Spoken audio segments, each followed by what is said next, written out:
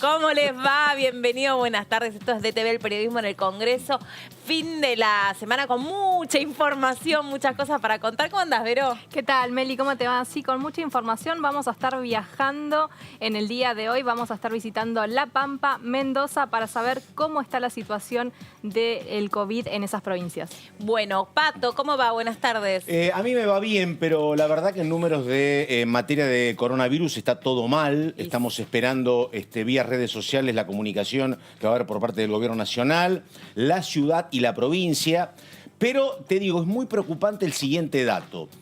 Tanto un hombre que trabaja para la salud pública, como Nicolás Crepla, que es el número 2 de salud de la provincia, como el empresario Velocopit, Claudio Velocopit, dicen lo mismo. Dicen que están muy preocupados porque la verdad que el sistema está para que se deba volver a una instancia de cuarentena mucho más severa, pero que la gente no acompaña. No, claro. La verdad, los sanitaristas públicos y privados te dicen esto está muy mal, pero no hay clima para que esto regrese a esa situación. Así que la verdad habrá que ver lo que resuelve el gobierno, pero una situación con 10.000 casos, tanto el miércoles como el jueves, muy preocupante en materia de contagios. Y eso, por un lado, dice el gobierno de la provincia de Buenos Aires, pero por el otro lado, el gobierno de la ciudad tiene un discurso que es mucho más relajado en ese punto. La ciudad, efectivamente. Exactamente, claro. ¿no? Como que hay un... Bueno, y justamente habrá que ver cuáles van a ser las medidas que se van a tomar después de un encuentro que se realizó entre Larreta, Kicillof y Alberto Fernández, porque las dos posturas siguen siendo totalmente distintas. Velocopit me llamó la atención diciendo los medios son responsables de esta inducción a que la gente saliera. Bueno, es propietario de medios también él, pero la verdad que él me llamó la atención porque que esté enojado Kreplak es más entendible. Pero Velocopit, que hace rato que dice que esto está complicado, dijo lo mismo. Hay un punto interesante que es qué es lo que va a pasar con las empleadas domésticas y el personal de la construcción si efectivamente van a poder volver a las casas. Y a cuanto más actividades se flexibilizan, ¿qué va a pasar con los chicos? Insistimos con esto. Los chicos no solamente quienes han perdido un contacto con la escuela, sino a cuidado de quién van a quedar. Este va a ser un punto central a definir. Y por otra parte, hay una sensación también que se quiere disipar a donde, lo que vos decías, Pato, la gente... El otro día fui a un parque, pasé por ahí, lleno de gente. Entre el nivel de desocupación que tenés y el nivel de hartazgo social que tenés, los parques están llenos de gente. ¿Se puede? No se puede. ¿Es legal? No es legal. ¿Te podés quedar? ¿Te podés sentar en el pasto? Toda la gente sentada, ningún mate, En esto sí, todos con tapabocas, pero sobre esto también van a tener que ser muy cuidadosos sobre cómo se anuncia la nueva etapa. Perdóname, Guillermo Montenegro, hombre del prointendente de Mar del Plata, regresó a las fases más severas. Yo fui muy permisivo, pero esto está muy complicado. Montenegro esta mañana en redes sociales, en Mar del Plata. Sí, y varios distritos. Bueno, ya está en comunicación con nosotros Luis Camera, médico clínico, es parte del comité asesor. ¿Cómo le va? Sé que usted no nos puede ver, pero sí nos puede escuchar. ¿Cómo le va? Me lo imagino. Y aparte, no se pierde nada. Bueno, nosotros sí lo podemos ver. No crea, siempre hay virtudes ocultas. Bueno, recién estábamos un poco tratando de anticiparnos sobre cuál va a ser la próxima etapa que se viene, respecto de algunos requerimientos, más bien desde el punto de vista emocional, psicológico, la cantidad de días aquí pasados. Algunos colegas suyos que ya vienen diciendo a la cuarentena no se le puede pedir más en términos de tolerancia, en términos de necesidades económicas. A ver, ¿cuál es su postura y qué es lo que le vienen recomendando al presidente? Bueno, hay un grupo que fue y le recomendó, presumo yo, tuve unas reuniones, creo que el ministro, digamos, en este momento va a ser nuestro vocero, por así decirlo, donde nosotros no queremos básicamente tener más apertura hasta ver esto y ponerse un poco duro y avalar algunas posturas duras si las provincias tienen que regresar. Yo creo que acá hay un punto que se armó un poco de lío y tiene que ver con algo que estuve escuchando que ustedes dijeron anteriormente, que a veces la gente que se moviliza no es estrictamente por cuestiones económicas. Hay una movilización plus que es porque no aguanto más, estoy desesperado, esto es horrible, ya me aburrí, que no veo a mi amigo, no veo a mi amigo. Y es una cosa que es totalmente natural, somos seres humanos, sociables, animales gregarios, queremos vivir en manada, pero vivir en manada no es bueno para el coronavirus, lamentablemente es así. Entonces, ese exceso de movimiento, en el cual además hacen reuniones, comida, lugares, no vamos a entrar en ese anecdotario, ese exceso está provocando que algo que venía bien ahora se está empantanando. Si ustedes escuchan todos los informes que dio Fernán Quirós, en la última semana y media veníamos bajando el número de casos. O sea, había un promedio de 1.000 casos. Esta semana tendría que haber sido 950, ¿no? Esta semana va a ser 1.100, 1.200. Claro. Con toda esa salida masiva que hizo la gente, a partir de lo que comentó el presidente el otro día, que dijo, no sé de qué cuarentena me hablan, ellos no, es como que no entendieron el doble sentido de la frase y la gente decidió salir. No hay cuarentena. Sí. Y al salir, hoy les tengo que dar una mala noticia. ¿Sabes cuál es? Esto dura 2 semanas más. La cuarentena.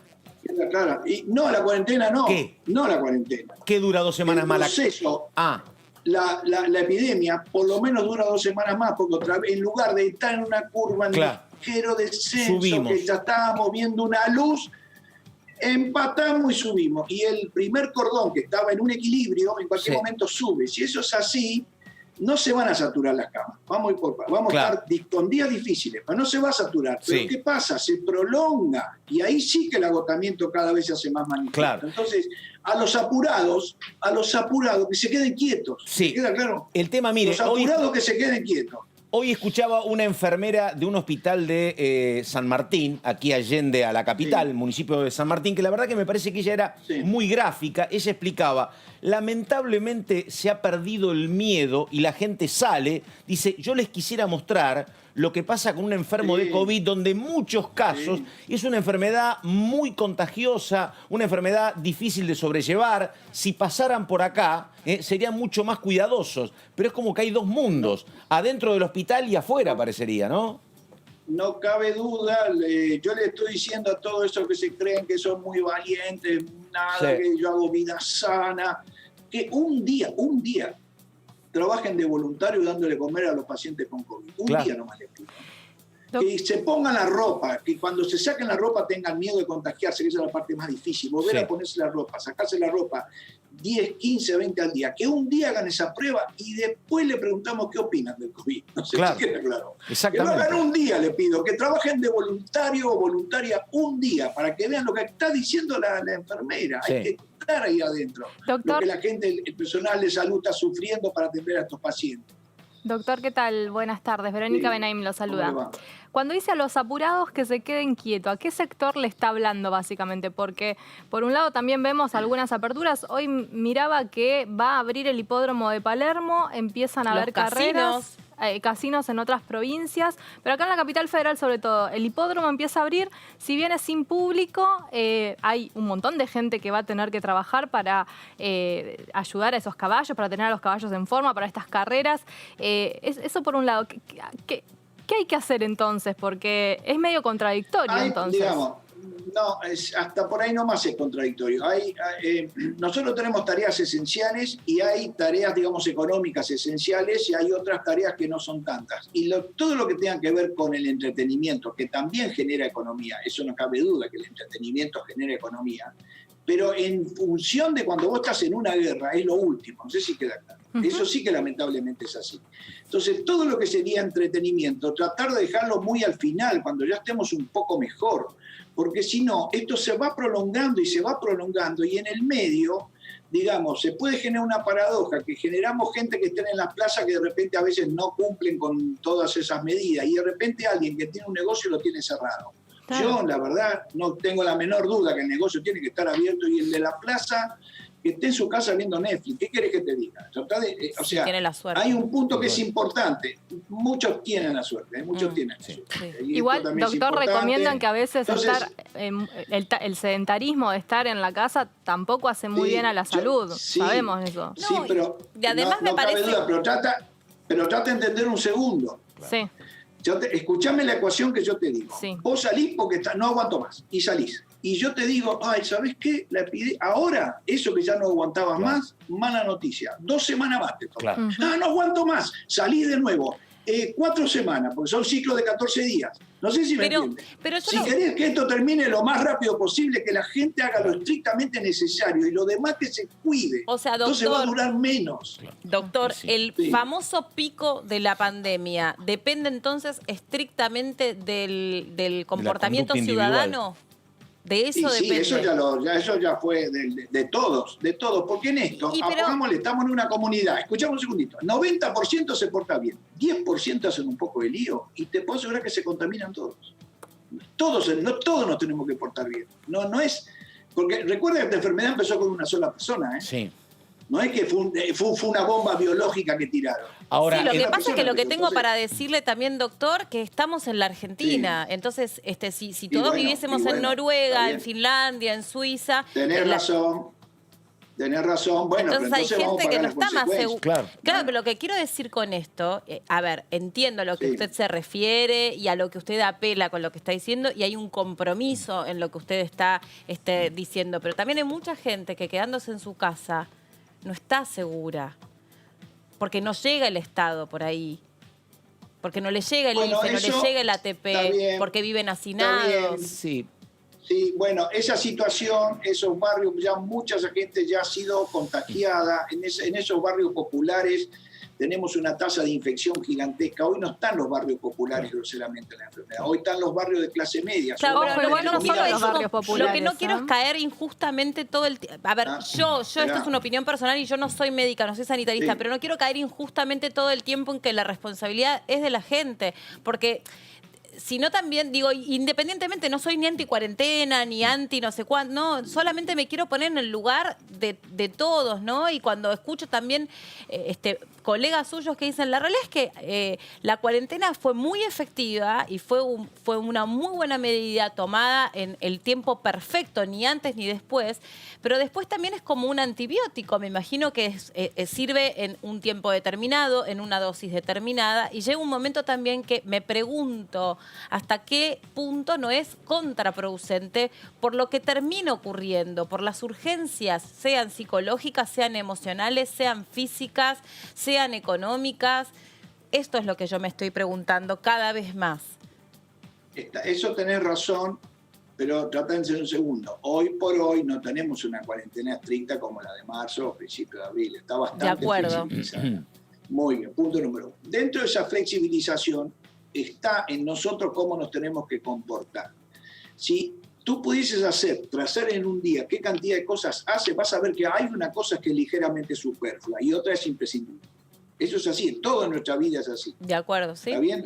Por ejemplo, te puedo dar un pequeño ejemplo personal. Yo cargaba el tanque 2 veces a 3 veces por mes y hace como 2 meses y medio recién cargué el tanque. O sea que evidentemente hacía cosas que no eran tan estrictamente necesarias. Ahora sí entiendo la ocupación económica, que mucha gente vive de esa parte de que yo me tengo que entretener, que me voy a un café, que consumo algo, que hago miniturismo, que es un sistema de vida más de clase media en una evolución natural que hemos tenido hacia una mejoría. Si nosotros hiciésemos la vida que hicieron nuestros abuelos de inmigrantes, la diversión no existía. Claro, no existía. No viajaba el virus. Era una vida, no viajaba, no hacían nada. Sí había comida, trabajo, y los que podían estudiar, estudiamos. Todos los nietos de nosotros somos todos universitarios. Es un sistema de vida como más austero. Entonces, yo entiendo que hay mucha gente que vive de lo que sería el entretenimiento. Eso es una gran crisis económica que tenemos que tratar de ver cómo lo podemos solucionar. Pero cada vez que salimos y sociabilizamos, dura más la epidemia. Eso es lo que te quiero decir. Al durar más la epidemia, se generan todos los problemas que vos estás diciendo que eso totalmente es horrible. Ahora, por eso te digo, esto como a veces vas en un taxi que va medio rápido y decís, yo quiero llegar, anda más despacio. Quiero llegar, anda más despacio. Eso es lo que te quiero decir. Totalmente, yo estoy de acuerdo. Digo, yo contaba, no sé si escuchó, doctor, que a mí me llamaba mucho la atención cómo Kreplak, que es el número 2 de salud de la provincia, coincidía con Velocopit, con Claudio Velocopit, que uno diría son 2 mundos distintos. Y los dos decían, si fuera por nosotros, por el tema sanitario, tenemos como que volver a cuarentenas muy severas. Pero también somos contestes de que estas explicaciones que usted da indican que, si querés, el debate mediático, social, lo hemos perdido. Los que son pro cuarentena y pro cerrarse más, tanto en la salud privada como en la pública, dicen tendríamos razón nosotros. Es que también pero me lo queremos parece que explicar y no llegamos. Me parece que también hay que correrse de esa dualidad o de ese enfrentamiento entre pro cuarentena. No hay cuarentena, no sé por qué hablan de cuarentena. Bueno, pero entonces ¿para qué prolongan o para qué recomiendan que la gente se quede en su casa si están diciendo también en el mismo discurso que no hay cuarentena? Digo, me parece que hay que salirse un poco de ahí y hay que ir realmente a concientizar a la gente sobre lo que verdaderamente ocurre. Me parece bárbaro que se apunte a desalentar reuniones familiares, me parece fantástico que se le pida a la gente que no se establezca en los parques, que no se saque los barbijos, que no lo use por debajo de la nariz, pero el resto es lo que está pasando. También seamos conscientes. Es como, perdón, voy a traspolar totalmente la discusión. Traspole. Es como lo que se habla sobre el aborto. Los abortos suceden, no miremos para otro lado. Es una realidad y ocurre, no sé cuál es su postura, no lo quiero meter ahí, pero me parece que es un error plantearlo haciendo de cuenta que eso no existe. Veo que acá Vero me asiente con la cabeza. Totalmente, no, ¿Estás de totalmente. acuerdo? No sé. Sí, pero trata de entender lo siguiente. Tú lo planteas, a lo mejor no te ofende lo que digo, si desde una omnipotencia que nosotros creemos que podemos y si lo que hacemos bien o lo hacemos mal. Yo te puedo asegurar que el que está manejando la agenda política es el virus. ¿Te queda claro? ¿Es quién? Es el virus. El virus, claro. El virus. El virus, pero déjame entender. Sí. Porque tú lo dices como que si hago esto, hago lo otro, modifico las cosas. No, el virus es un ejército invasor, nos tiene en la mira. Cuando yo salgo de mi casa, me pego un tiro. Cuando yo salgo de estar aguardado, cuando salgo de la trinchera, cuando me expongo, me pega. Yo no lo voy a buscar, no lo voy a buscar. Él me encuentra. Es un concepto totalmente diferente. Quiero dejar bien claro este punto. Bien que es un ejército invasor. Yo levanto la cabeza, ¡pum!, me viene el tiro. Entonces, en este momento, la única manera que tenemos es que nosotros nos movilicemos lo menos posible. Mucha gente se moviliza, mucha gente. Yo, en mi barrio, hay más tránsito que en enero y en febrero, así que no me vengan a decir que la gente está guardada, porque tampoco lo creo. A ver si queda claro. Pero déjame decir. Sí. Pero hay un exceso de movimiento. Ese exceso de movimiento lo podemos controlar. Yo voy a mi hospital, vuelvo y voy a un negocio y vuelvo, pero no hago más nada. A lo mejor antes daba 3, 4 vueltas, me juntaba con un amigo, tomaba un café, todas cosas muy agradables de hacer, muy agradables y extraño. Pero si las voy haciendo de a poco ahora, se me prolonga el final. Y eso sí que es horrible. Estamos en ese punto. Esta pequeña apertura que la gente lo tomó los últimos 15 días, lo estamos viendo con más brote. Es un modelo experimental. Claro. Es un modelo, salió más gente a la calle y ahora tenemos más contagios. Sí, se entiende. Y va a durar más tiempo, y al durar más agotamiento. Y con más casos, se transforma en un círculo vicioso. Y lamentablemente más fallecidos. Lamentablemente, eso duele. Se entiende, pero también cuando hablamos un poco de la sociedad y estamos apuntando a un sector de que siga siendo responsable, yo creo que también hay que evaluar, al menos, en que hay un sector de la sociedad o muchas personas de la sociedad que salen de manera responsable con el barbijo, hacen sus compras, hacen sus trámites o lo que puedan llegar a hacer en función de cumplir con la normalidad dentro de todo de su vida. Pero ¿qué pasa cuando la dirigencia política no da los ejemplos? Porque también pasa eso. Sí, ya sé a dónde va, a dónde va. Está bien. Pero también está esa realidad, también pasa eso, ¿no? Como que... Está bien. Y bueno, lamentablemente algunos se han contagiado, han metido la pata, han cometido errores, creo que algunos aprendieron, otros a veces se equivocan. Trata de entender, yo te lo hago al revés. A ver, ¿en qué caracteriza un político? Independiente del signo que sea. Que es una persona que tiene mucha empatía, que con solo verte se da cuenta de lo que a vos te gusta y no te gusta. Te pueden leer la mente. Entonces, un político es una persona que tiene que estar al lado de la gente. Y si está lejos es distante, no va. Y si está al lado de la gente, ahí está el coronavirus. No sé si me entendés. Claro. Sí. El coronavirus está arriba del verbo compartir. Se subió al verbo compartir y ahí va surfeando y cada vez que nosotros compartimos nos va mal. Yo creo, te lo digo sinceramente, de la observación, uno ve la gente que hace compras, está sola, toma la distancia, no habla con nadie, está en la cola del banco, ningún problema hay. Pero yo te digo, la mitad de la gente que la veo que están en grupo, conversando, andando, no me da la sensación que están haciendo tareas económicas, ¿te queda claro? Sí, Son más tareas de recreación. Doctor. Y eso va sumando gente, y al sumar gente se suman contagios. Sí, Yo doctor, creo que hay de y además, todo. perdón, Vero, perdón, quiero saber, ¿usted dentro de qué barrio está en la Ciudad de Buenos Aires? Yo estoy acá por Caballito. Por Caballito. Yo le iba a decir que vengo percibiendo, no sé ustedes, sobre todo pibes muy jóvenes que los fines de semana se juntan y van caminando por la calle, van con barbijo, pero Claro. se juntan, Y bueno, salen. claro. Y eso está mal. Y sí. Pero si nos dijeron que el virus en la calle con barbijo, con tapaboca y manteniendo la Está distancia bien. social... Está bien. Sí, pero Pero yo prefiero eso a que estén haciendo una juntada en la casa. No, tenés razón. En eso, salimos Claro. de Guatemala. Es igual peor, claro. En eso tenés razón. Claro. Pero yo te voy a explicar qué pasa cuando la gente sale mucho. Escuchame un segundito, porque, por ejemplo, ustedes están en un estudio, no sé dónde Sí. están, si a lo mejor Sí. están en un estudio. Sí. Ahí van a mantener la distancia y durante el programa se van a cuidar. De repente, en un momento, que eso les pasó, por eso hay muchos periodistas que Totalmente, se contagian. coincido, sí. Van al bar del estudio, al Sí. bar, a la cafetería, y ahí pierden el cuidado. Totalmente. Pero porque es natural que esto Sí. ocurra, no sé si me entendés. Es así. Es natural, no es que uno lo hace de malo con mala intención. Te sale solo porque somos seres humanos, termina el programa, estuvo bien la entrevista, vos qué te parece, ahí te bajaste el barbijo, alguien que entró que vos no sabés si vino infectado, de dónde vino, ¿me entendés? Vas a los baños comunitarios y ahí te infectás. Sí. No en el programa, No, ahí claro. te infectas. Entonces, yo me junto 10 personas en una plaza, estamos bien, pero en algún momento en la previa, en la posterior, me bajo esto, me acerco, no me acerco. Yo sé que el aire libre es protector, pero si estoy muy cerca no es tan protector. Porque también hay Está un bien. punto, que acá hubo problema con los muchachos de arriba, que no dijeron, y yo lo vengo diciendo desde abril, que el virus tiene transmisión aérea en determinadas circunstancias. Y si yo estoy cerca y grito y hablo, como Claro. bien acaba de decir Bisotti ahora, Sí. eso yo lo vengo diciendo hace 4 meses, ¿te queda claro? Y el doctor Stoll venía diciendo antes que yo Conrado. usemos la máscara, Conrado. Sí. Pero como es Conrado Stoll, es el neurólogo, encima hace accidente cerebrovascular, una enfermedad como hasta sofisticada dentro de todo el mundo de la neurología, parece que no tenía razón. Sí, tenía razón. Sí, tenía razón, ¿queda claro? Sí, sí, Pero sí, como no le competía, no era su expertez, Sí. expertez según otros, parece que lo que decía no era cierto. No. ¿Te estás dando cuenta de lo que te estoy diciendo? No, por supuesto. Sí, Estás sí, comprendiendo, ¿no? sí. Entonces, Sí, claro.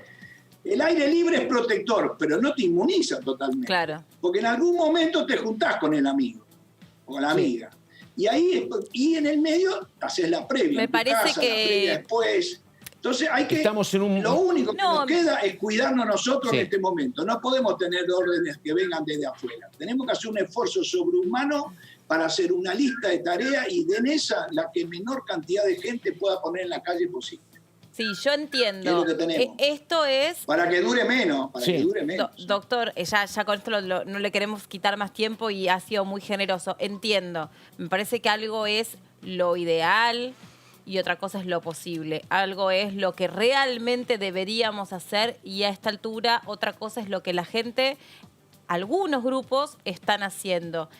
Me parece que en el medio debiera, yo quiero escuchar un poco un mensaje que comprenda más, que bueno, que hay sectores, hay grupos. A ver, para un adolescente, y perdón, a usted le va a parecer, claro, no hay cosa más irreversible que la muerte, estamos los dos absolutamente de acuerdo. Pero también me preocupan ciertos sectores de nuestra sociedad que están muy vulnerables, están muy aislados, están muy solos, la están pasando mal. Y bueno, en el medio hay que ir comprendiendo y hay que tratar de llegarle a todos con el mensaje. Escúchame.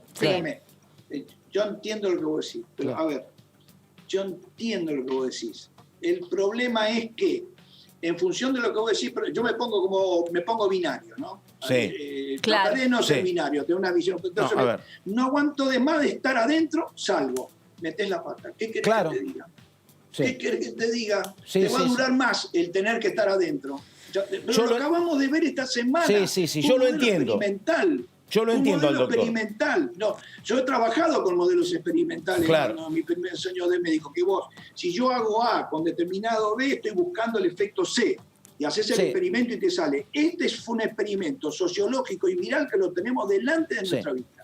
Yo lo Entonces, entiendo. La mejor manera para que dure menos la epidemia es tratar, porque la gente sale a la calle, lo que yo veo. Sí, yo también veo lo mismo que usted.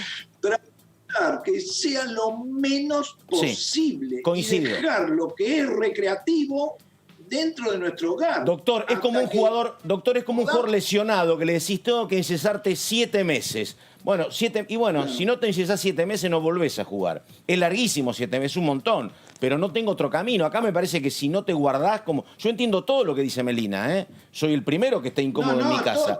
Pero si no te guardás, me parece que no tienen otro... nadie tiene otro camino. Igual. Sí, pero va más allá de la incomodidad. Claro, es más profundo el tema. El trabajo sí, el que tiene que salir, que salga. Pero... por eso que hay que tratar de priorizar todas las que son las cuestiones económicas. Eso no cabe ninguna duda. Claro. Soy fanático de eso. Mi familia, parte de mi familia es... comerciante, mira si no lo voy a saber. Yo sé lo que es el comercio. Sé lo que es el comercio que estás esperando, como los chistes de Moldavsky, ¿no? El estado de ánimo, ¿se vende o no se vende? Igual, el chiste de Moldavsky. Perfecto, como lo dice, yo sé eso. Lo sé por mi propia familia. Así que por eso yo priorizo eso. Entonces, hay como una idea de que yo, hago una cosa comparativa. De repente, permitimos gente que salga a hacer un montón de cosas y había negocios cerrados.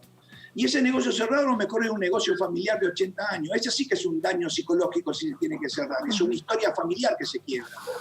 Claro, totalmente. No sé si me entiende. Doctor, sí, está clarísimo, por supuesto que sí. Fue muy interesante. Gracias. Hasta la próxima. Bueno, gracias a ustedes por llamar. Le mandamos un saludo. Discusión. Ahí tiene el perro. Saque al perro a pasear. Saque al perro a pasear. Una vueltita. Uy, ahí se cayó justo en la comunicación con el doctor Camera. Bueno, vamos a ir a la provincia de La Pampa para conocer cuál es la situación que se está viviendo allí.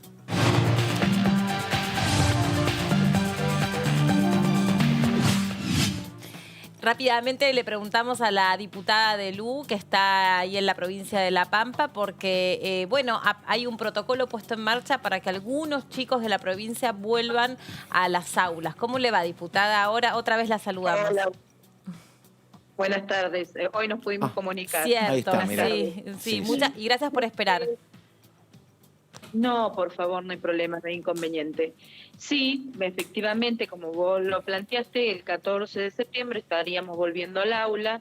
Esto surge, obviamente, nosotros participamos del Consejo Federal de Educación y en base a las resoluciones que se dictaron, en la provincia se crearon los protocolos para volver al aula con participación, obviamente, del Ministerio de Salud, del Ministerio de Educación y los gremios docentes que hay en la provincia de La Pampa. El regreso, obviamente, que va a ser gradual y gradual escalonado, ¿no? Y apuntamos específicamente al regreso de los grupos en iniciación y en término en los niveles primarios y secundarios. Más allá de eso, el protocolo indica que van a ser grupos reducidos de 10 alumnos y apuntando sobre todo a aquellos que no han tenido vínculo pedagógico en este tiempo con la escuela, ¿no? Diputada. También, sí. No, la estaba escuchando. Sí, te escucho. ¿Qué tal? Verónica Benaim la saluda. La estaba escuchando con un protocolo que me está sonando muy parecido al que se presentó en la capital federal, de 15 chicos por escuela, que no han sido captados, digamos, de marzo a esta parte, asistiendo a la educación de esta manera remota, pero básicamente en la capital federal fue rechazado. El protocolo de ustedes fue aprobado efectivamente para que arranquen ahora en septiembre. No sé si había leído también el de capital federal, si encontraba... Son 10 chicos por aula, no por escuela. Sí, 10 chicos por aula. Acá son 15 por aula en cada escuela. Sí. En cada escuela, exactamente. Sí, es más, ya se iniciaron la capacitación de los docentes, se hizo la capacitación de los coordinadores, los directivos, y se inicia el lunes la capacitación de los docentes vía virtual, que lleva una evaluación que deberán aprobar los docentes, y si no la aprueban esa capacitación, no volverán en la modalidad presencial los docentes, tienen hasta 2 intentos. El sistema no plantea solamente la presencialidad, sino que plantea presencialidad sigue teniendo la virtualidad y una alternancia entre las dos. También queda librado las capacidades en las instalaciones edilicias. Tiene también que ver, por ejemplo, hay dos modalidades que no van a volver en la provincia, que son aquellas escuelas hogares, que tiene que ver con la ruralidad, ¿no? Y las escuelas con internet. Eso sí, no se va a habilitar en la provincia. Sí tendríamos aprobado y se está trabajando en estas circunstancias. Se está trabajando también en convenios con los municipios de cada una de las localidades. Ya se están haciendo todas las tareas de desinfección, de aprovisionamiento de agua, garantizar el aprovisionamiento del agua potable, las salas de aislamiento especial por si se detectan casos, concurrencias con algún síntoma, y todas las medidas de higiene, y el gobierno empezó a armar los kits de higiene individuales y de higiene y seguridad para cada uno de los chicos. ¿Cree que la diferencia que se avance allí en La Pampa y que no en la capital federal tiene que ver con la cantidad de contagios en principio, o cree que puede haber alguna otra diferencia? No, a eso iba a apuntar ahora, te iba a comentar eso. Nosotros estuvimos durante muchos meses solamente con 8 casos de los que estaban recuperados. Tuvimos hace un mes más o menos aproximadamente un brote en una localidad y obviamente se desparramó, lo que hizo que en 3 localidades que forman los conglomerados más grandes, 3-4 localidades, se volviera a una fase 1 y se pudiera hacer por las dimensiones de la cantidad de gente que tiene la provincia, ¿no? El seguimiento, el rastreo, los aislamientos pertinentes, y te puedo decir que al momento la mayoría de esos casos se encuentran recuperados. Existen solamente 8 internados y lamentablemente ayer tuvimos el primer fallecimiento de una persona de 96 años. Se pudo hacer la contención más rápidamente, si bien tenemos grandes distancias, tenemos menor población. Y bueno, el trabajo articulado, ¿no? Le consulto, valiéndonos de la experiencia que tuvimos con usted, y quería consultarle cuál es el grado de conectividad que hay en la provincia, porque también de esto me imagino debe haber dependido gran parte de la decisión, más allá de lo que le preguntaba Vero recién sobre la cantidad total de contagios, pero si tenemos las dificultades que tenemos con una diputada, que suponemos que tiene la posibilidad de acceder a Internet, no quiero saber cuál puede ser la situación en otros hogares, ¿no? No, mira, tuviste la dificultad que tuviste conmigo, no porque no me pudiera conectar, sino que no andaba el display de sonido en mi teléfono. Ah, ok, era una cuestión de técnica, pero bueno. Display de sonido al teléfono. Está bien, pero ¿cuál es ¿hay problemas de conectividad o no en la provincia? Más allá de la cuestión particular. Sí. Tenemos los problemas por ahí más grandes de conectividad, precisamente los teníamos con las escuelas más alejadas de lo que es el núcleo urbano, que es el norte de más urbanizado, en la norte de la provincia, noreste de la provincia, y que coincide también que en su mayoría son escuelas hogares o que tienen escuelas con internado. De todas formas, la gestión está nueva. Lleva adelante todo un plan de fibra óptica y de trazabilidad hacia las escuelas en cuanto a la conectividad, porque ha generado un Ministerio de Modernización basándose precisamente en toda esta cuestión de estar conectados, ya no solamente por el tema de una escuela, sino que tenemos grandes distancias y poder estar conectado para hacer un trámite, poder estar conectado para hacer una gestión. Y la verdad que está funcionando muchísimo mejor. Te digo que no he tenido básicamente problemas de conectividad a la hora de sesionar, y no nos manifiestan los padres porque hay un seguimiento, más allá de que las escuelas no estaban abiertas, los equipos técnicos hacían recorridos, porque también tenemos, más allá del seguimiento de los equipos técnicos de los alumnos, a ver por qué no se conectó, cuál fue el problema que no se conectó, en qué se les puede solucionar. También tenemos asistencia alimentaria. En la escuela donde los chicos comían, se reemplazó por llevarles un bolsón de mercadería. Le entrega el bolsón de alimentos. Diputada, una consulta. ¿Este regreso parcial a la normalidad obedece a tratar de que, bueno, las cosas sean como antes, o hay una cuestión también, como hay aquí en la capital federal, de chicos que habían perdido vinculación con la escuela a partir de lo que eran los intentos de establecer únicamente clases de manera virtual? ¿A qué obedece la cuestión? No, obedece un poco y un poco. Un poco a aquel chico que los chicos no pudieron realmente lograr de que se conectaran. Obedece también que sobre todo en los tramos de terminación, digamos, del secundario y del primario, reforzar.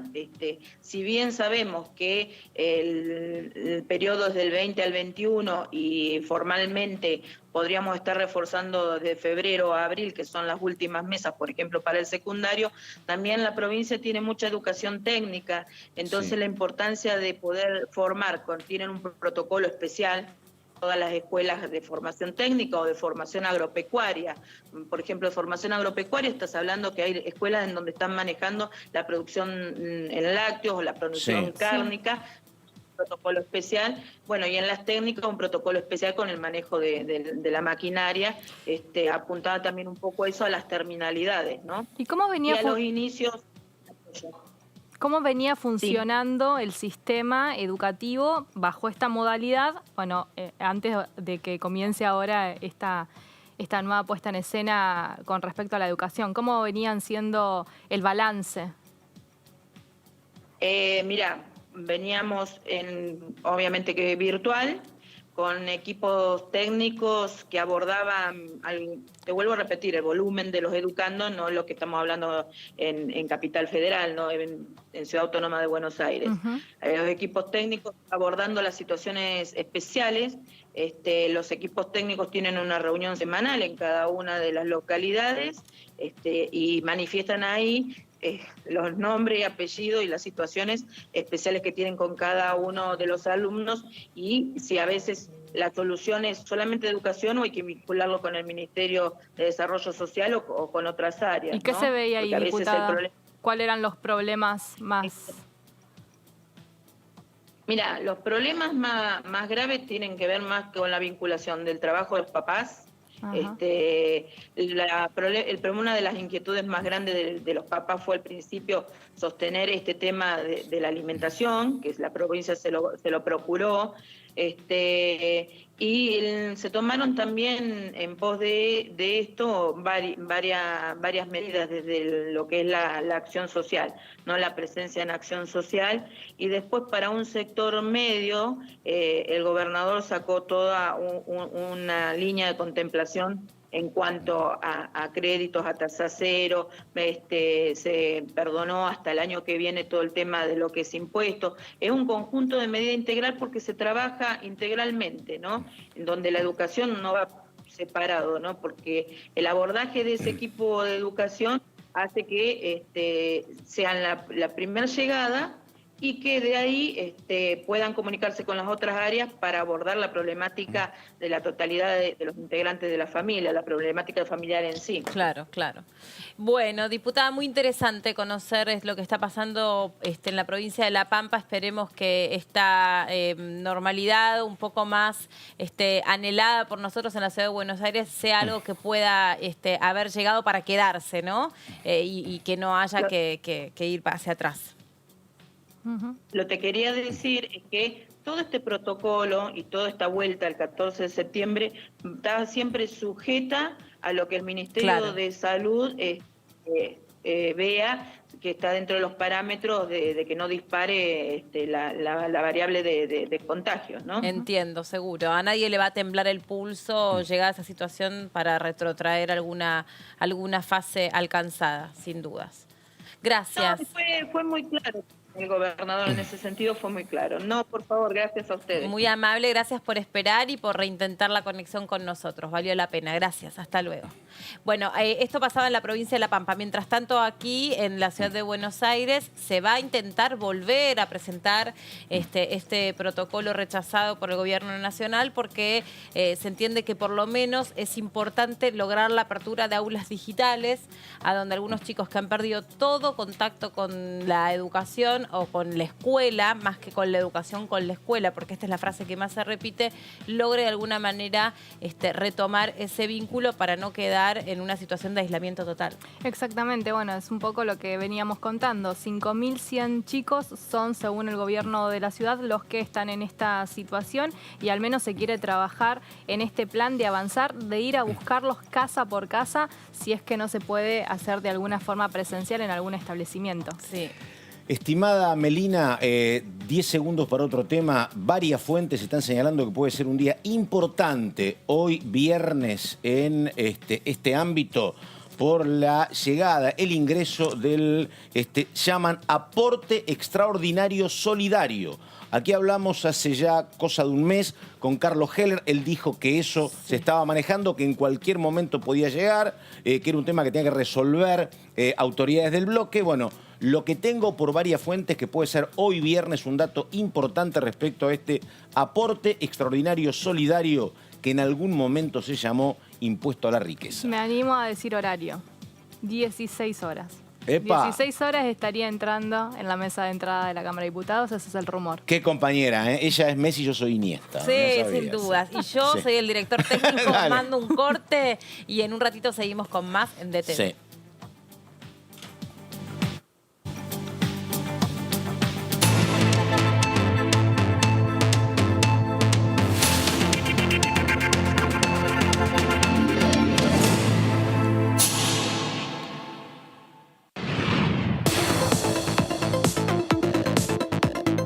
La voz de los diputados.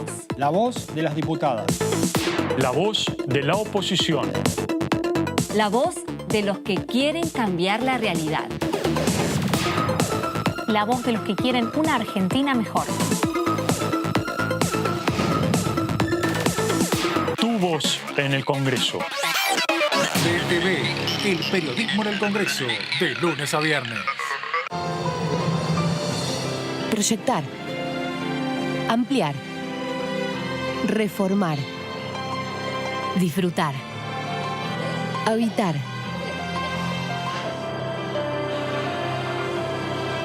Reactivar. Nuevas líneas de crédito Procrear para generar vivienda y trabajo. Conoce más detalles y cómo inscribirte en argentina.gov.ar/procrear. Argentina Unida, Ministerio de Desarrollo Territorial y Hábitat. Argentina Presidencia. Bienvenidos, arrancamos. El Parlamento funciona y de qué manera. Todos están yendo detrás del proyecto de turismo a ver si se puede lograr una sesión esta semana. Fueron el turno de las mutuales, ¿no? Que son aquellas organizaciones que reúnen justamente para dar servicios, muchas de ellas de educación, de salud, de turismo. Está todo encadenado para ver cómo comienza a funcionar. DTV, el periodismo en el Congreso, de lunes a viernes.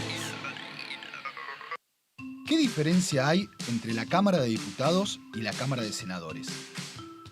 La Cámara de Diputados representa al pueblo de la nación argentina. Esto significa que las provincias más grandes y con mayor cantidad de habitantes tienen muchos más diputados que las provincias más pequeñas. La manera de establecer las cantidades es proporcional. La Cámara de Senadores representa a las provincias. Cada provincia envía 3 senadores al Congreso Nacional. El total de senadores es 72, dado que las provincias argentinas son 24. Este es un número fijo. Por ejemplo, la provincia de Buenos Aires cuenta con 70 diputados nacionales y la provincia de Tierra del Fuego con 5. Pero tanto la provincia de Buenos Aires como la de Tierra del Fuego cuentan con 3 representantes cada una en el Senado de la Nación. Cada 2 años, el Congreso Nacional renueva la mitad de sus diputados y 1/3 de sus senadores nacionales. El mandato de los senadores es de 6 años, mientras que el de los diputados es más breve, dura solamente 4 años.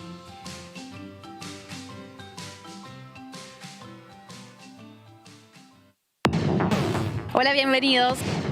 tanto mi mamá como mi papá fueron presidentes de la Asociación Galesa de Esquel. Mi primer trabajo fue ser moza ahí en la casa de mi mamá.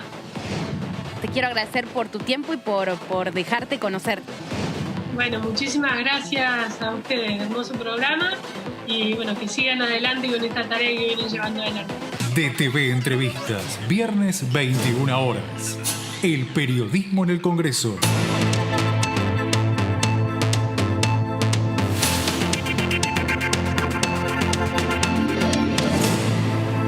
Échale, no, pensé que le decían por ahí. Ay, como está esta mesa llena de noticias Tremendo. y no puedo parar. Mira, estoy acá mirando todo lo que está pasando. Ustedes Quiero salir, dicen las chicas, sí. Ay, mira, yo ya estoy cansada de tu bowling, mira. No. Mira, no te tiro con algo porque no corresponde. Pero volvé a ver. Porque ¿sabes por qué no te tiro con algo? Porque tengo mucha Soy un señor fuerza. mayor, ¿no? Escuchame una cosa. ¿Qué? ¿Pero por qué querés salir? Meli, si vos salís, se contagia el mundo, Meli, en serio. No estoy, yo no cuando hablaba con el doctor Camila, Sí. no decía yo quiero salir, porque aparte la verdad es que nosotros somos tres Muy afortunados cuidadosos. que tenemos trabajo Sí. y que además tenemos la obligación de salir. Sí, Tenemos claro. la obligación de salir Sí, para claro. cumplir nuestro trabajo. Sí, Yo- sí.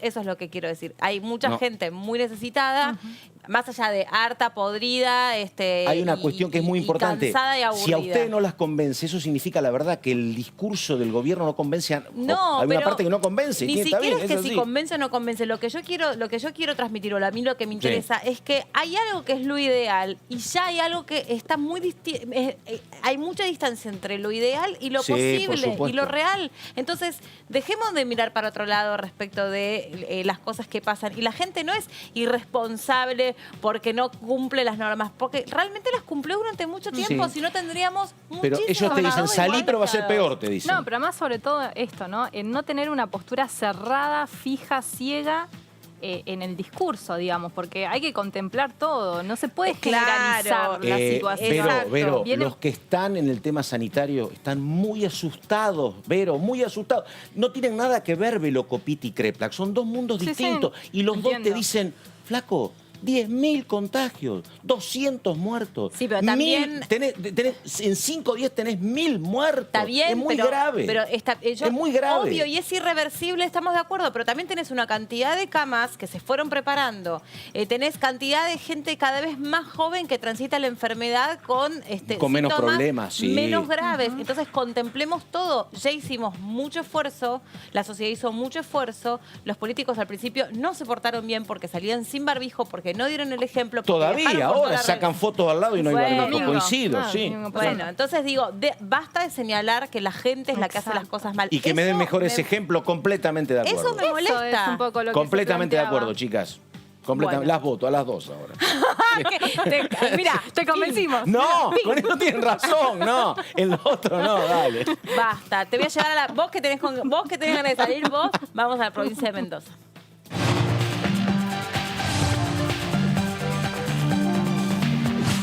Con el diputado Luis Petri, que ya está ahí del otro lado. ¿Cómo le va, diputado? ¿Qué tal? ¿Cómo están? ¿Cómo les va? Muy Buenas tardes. bien, muchas gracias. ¿Cómo está la situación ahí en la provincia? Y estamos complicados, ¿no? Porque tenemos muchos contagios por día, más de 250, 300, y la capacidad hospitalaria está llegando a su límite, ¿no? Todavía no lo ha traspasado, pero sí, claro está, la situación sanitaria es compleja. Ujú. ¿Qué nivel de ocupación de camas Mirá, de terapia el intensiva? gobernador está evaluando, el gobernador en estos momentos, retroceder de fase, teniendo en cuenta de que las camas de terapia intensiva, según sus propios dichos, están llegando a su máxima ocupación, con lo cual la situación es complicada, ¿no? No solamente en Mendoza, en todo el país, Argentina, ya tiene una situación de contagios y de muertes que es alarmante, teniendo en cuenta la gran cantidad de días, ¿no?, que estamos en cuarentena. Empezamos en la cuarentena allá por el 20 de marzo y creo que la estrategia del gobierno nacional no ha sido la acertada, porque uno ve que sigue creciendo, que el pico nunca llega, que siempre estamos superando y haciendo récord de internaciones y y de muertes en un día, y esto habla a las claras de que la planificación que hizo el Ministerio de Salud de la Nación ha sido espantosa, ¿no? Diputado, perdón. Me sigo. No, dale. Diputado, ¿qué tal? Buenas tardes. Verónica Benaim lo saluda. Estábamos hablando un poco también de la sensación emocional, cómo se va tomando el humor social de cada lugar. ¿Cómo está el humor social en la provincia de Mendoza? Bueno, creo que como en todos lados, cuando uno tiene una cuarentena tan extensa, más allá de que la provincia de Mendoza, hay que hacer un paréntesis porque nosotros no estábamos desde hace ya algún tiempo en una situación de aislamiento, sino que estábamos en una situación de distanciamiento. Sí. Con lo cual habían muchas actividades permitidas, el turismo interno, muchas actividades recreativas, los deportes individuales, por ejemplo, estaban permitidos, andar en bicicleta, jugar al tenis, correr. Esto estaba permitido, ir a restaurantes o eventualmente a bares. Inicialmente también estuvo permitido en la provincia de Mendoza, con lo cual, se habían flexibilizado las condiciones, las reuniones familiares también en su momento se habilitaron, pero lógicamente, posteriormente con el avance, se fue retrocediendo, ¿no? Diputado, una consulta. Usted dice que indudablemente la estrategia del gobierno nacional fue equivocada, desacertada. Y bueno, de eso hablábamos nosotros. Uno viene escuchando que el pico iba a llegar en junio, en julio. Estamos en septiembre y ese pico no llegó. Estamos en 10.000 contagios por día, casi 200 muertes. Indudablemente que hay agujeros en la estrategia del gobierno nacional. Pero le pregunto, ¿y cuál es la alternativa que propone la oposición? Yo anotaba, por ejemplo, Guillermo Montenegro, que es prointendente de Mar del Plata, volvió todo a fase 1. Gerardo Morales está como sobrepasado por la situación. Jorge Macri, acá en Vicente López, nunca criticó a Kicillof y estuvo siempre de acuerdo. Han tenido tiempos de mucha coincidencia durante largos meses Horacio Rodríguez Larreta con Kicillof y con Alberto Fernández. Yo hasta podría compartir sus cuestionamientos al gobierno nacional, pero la verdad que donde le ha tocado gestionar a la oposición, ha hecho exactamente lo mismo y con resultados en algunos casos peores todavía. Bueno, el que ha marcado los tiempos es el gobierno nacional. Ahora, yo te llevo al 26 de enero, donde el ministro de Salud decía que era imposible que llegara el coronavirus a la República Argentina, teniendo en cuenta la estacionalidad y teniendo en cuenta que tenía que transitar 2 aeropuertos. Te estoy hablando del 26 de enero. El coronavirus llegó a la Argentina el día 3 de marzo, se dio el primer caso, pero previo a esto no hubo preparación del sistema sanitario de ningún tipo. De hecho, nuestro ministro de Salud, el responsable máximo, el que tiene que velar por la salud de todos los argentinos, decía que en definitiva era más importante el dengue y el sarampión que el coronavirus. Y así fue como llegamos a la situación. Pero diputado, yo también le doy la razón, pero diputado, Cambiemos había eliminado, pero Cambiemos había derogado el ministerio, diputado. Pero déjame que te... Está bien, yo le digo, pero no había ministerio cuando llegó. Está bien. Pero déjame que te diga, pero estamos hablando de un ministro que subestimó el riesgo de la pandemia y que no aprovechó la ventaja comparativa que tenía de un mes. ¿Y qué pasó? Y fíjate que este es el gran contrasentido. El día 12 de marzo comienzan las restricciones, comienza el primer decreto, el decreto 260, con no más de 19 contagios. 19 contagios y restringimos prácticamente, comenzaron las restricciones a las libertades individuales, a las posibilidades de ingreso y salida del país. Recordá lo que ocurrió, día 12 de marzo. Día 19 de marzo el presidente de la Nación anuncia el decreto 297. Con el aislamiento social preventivo obligatorio, inicialmente hasta el 31 de marzo. En ese momento, los contagios no superaban los 40 y 50. Y el gobierno decía, y lo reiteró prácticamente durante más de 3 meses, que lo que le importaba era la salud de los argentinos y que por eso tomaba esa medida. Y que en definitiva tenía un gobierno preocupado por la salud de los argentinos y no por la economía. Sí. Y que si tenía que optar entre la salud y la economía, iba a optar por la salud. Bueno, sí, coincido. En el pico, a ver, ahora explíquenme ustedes. No, yo no tengo, yo le estoy preguntando, yo no le tengo que explicar nada. Pero por eso, ahora que me expliquen los genios del gobierno. Sí.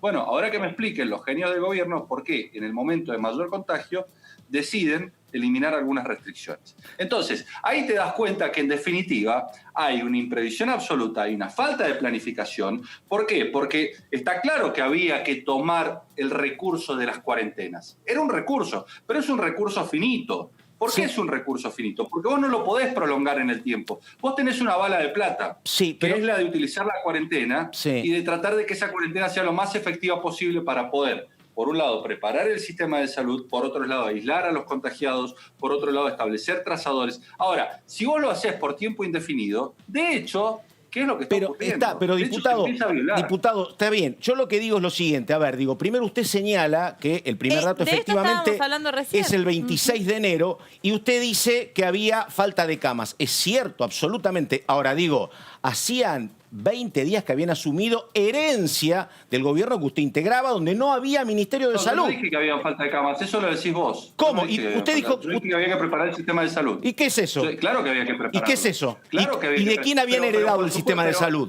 Pero es que en todos los países del mundo hubo que prepararlo. Porque por supuesto, pero en muy pocos habían eliminado, por supuesto. Es que ningún país, pero es que estaba hablando cosas, pero discúlpame, pero a ver, consultá con cualquier especialista. Yo lo consulto. Ningún sistema de salud del mundo estaba preparado para una pandemia. Por supuesto. Ni el que dejamos nosotros, ni el de Italia, ni el de Francia, ni el de Alemania. Por supuesto, pero tampoco habían eliminado.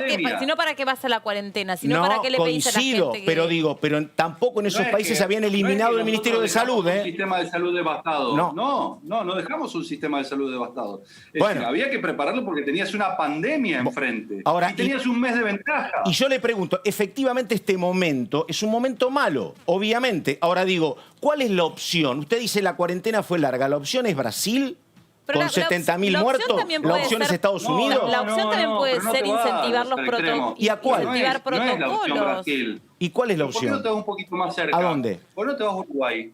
Pero Uruguay es un país de 1 millón de habitantes, de 2 millones de habitantes, pero diputado. ¿por qué no lo que están haciendo los paraguayos, por ejemplo? Pero perdóneme. Digo, me parece que hay... Bueno, pero a ver, vos me estás poniendo ejemplos, yo te estoy diciendo, hay gente que manejó esto de otra manera, con otros resultados. Pero Uruguay se maneja como Santa Fe, que Santa Fe tiene la misma cantidad de habitantes que Uruguay. Y tiene menos muertos Santa Fe que Uruguay. Esa es la comparación, no con el conurbano. Controlar y han logrado normalizar. Hoy, a ver, la semana pasada Uruguay estaba volviendo a abrir sus fronteras y estaba retomando la actividad comercial.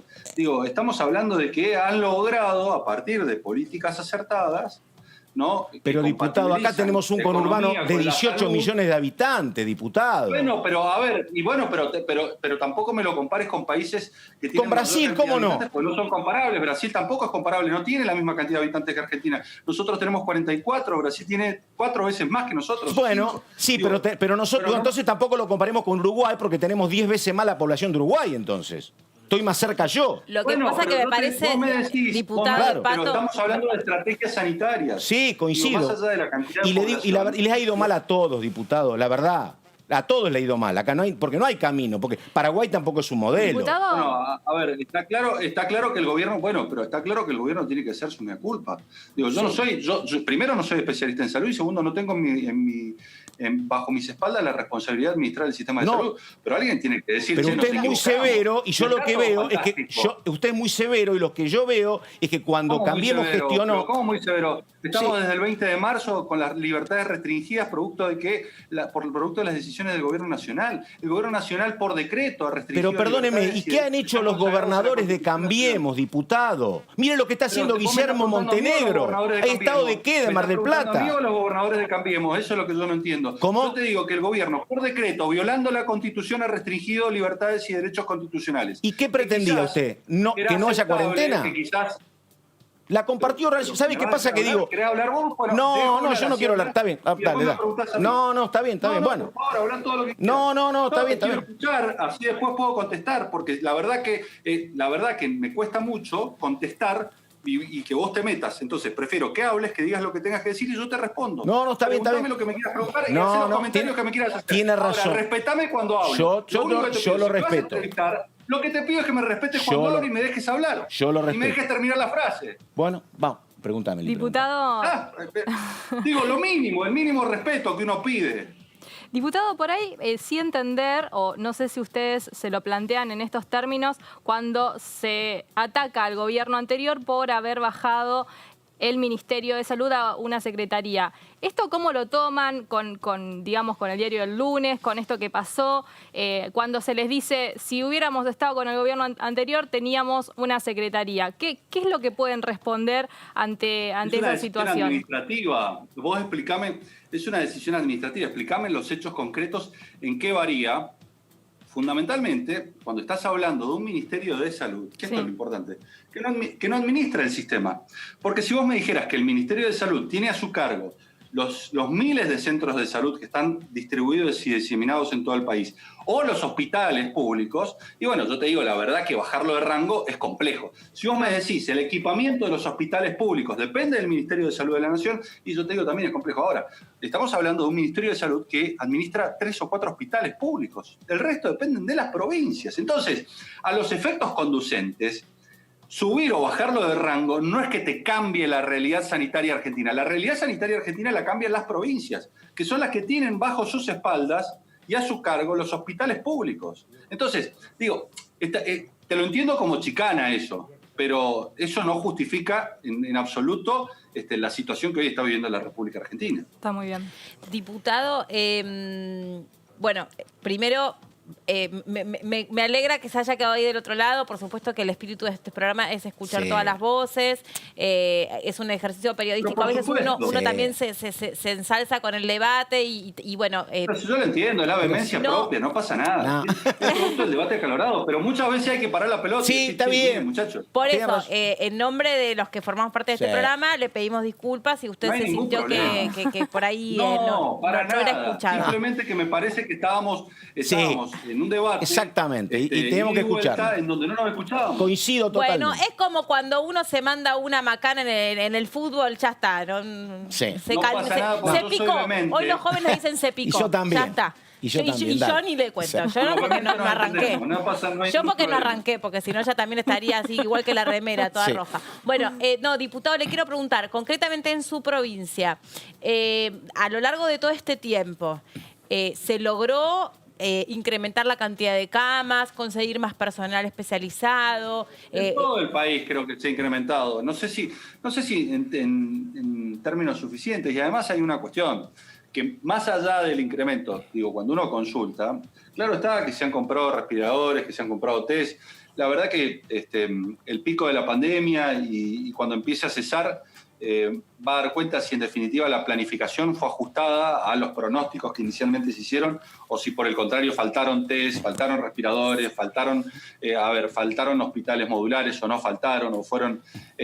Yo por ahí al principio veía cómo llenaban Tecnópolis con camas y por ahí fue un recurso que se malgastó porque la verdad que no he visto a nadie que haya llevado a Tecnópolis o a los polideportivos que habrían en decenas para alojar allí gente que tuviese síntomas de coronavirus. La verdad que me parece que al final vamos a poder saber si fue ajustada o no fue ajustada la planificación. Lo que está claro es que vos tenés un recurso finito que no podés reemplazar rápidamente y es el recurso humano.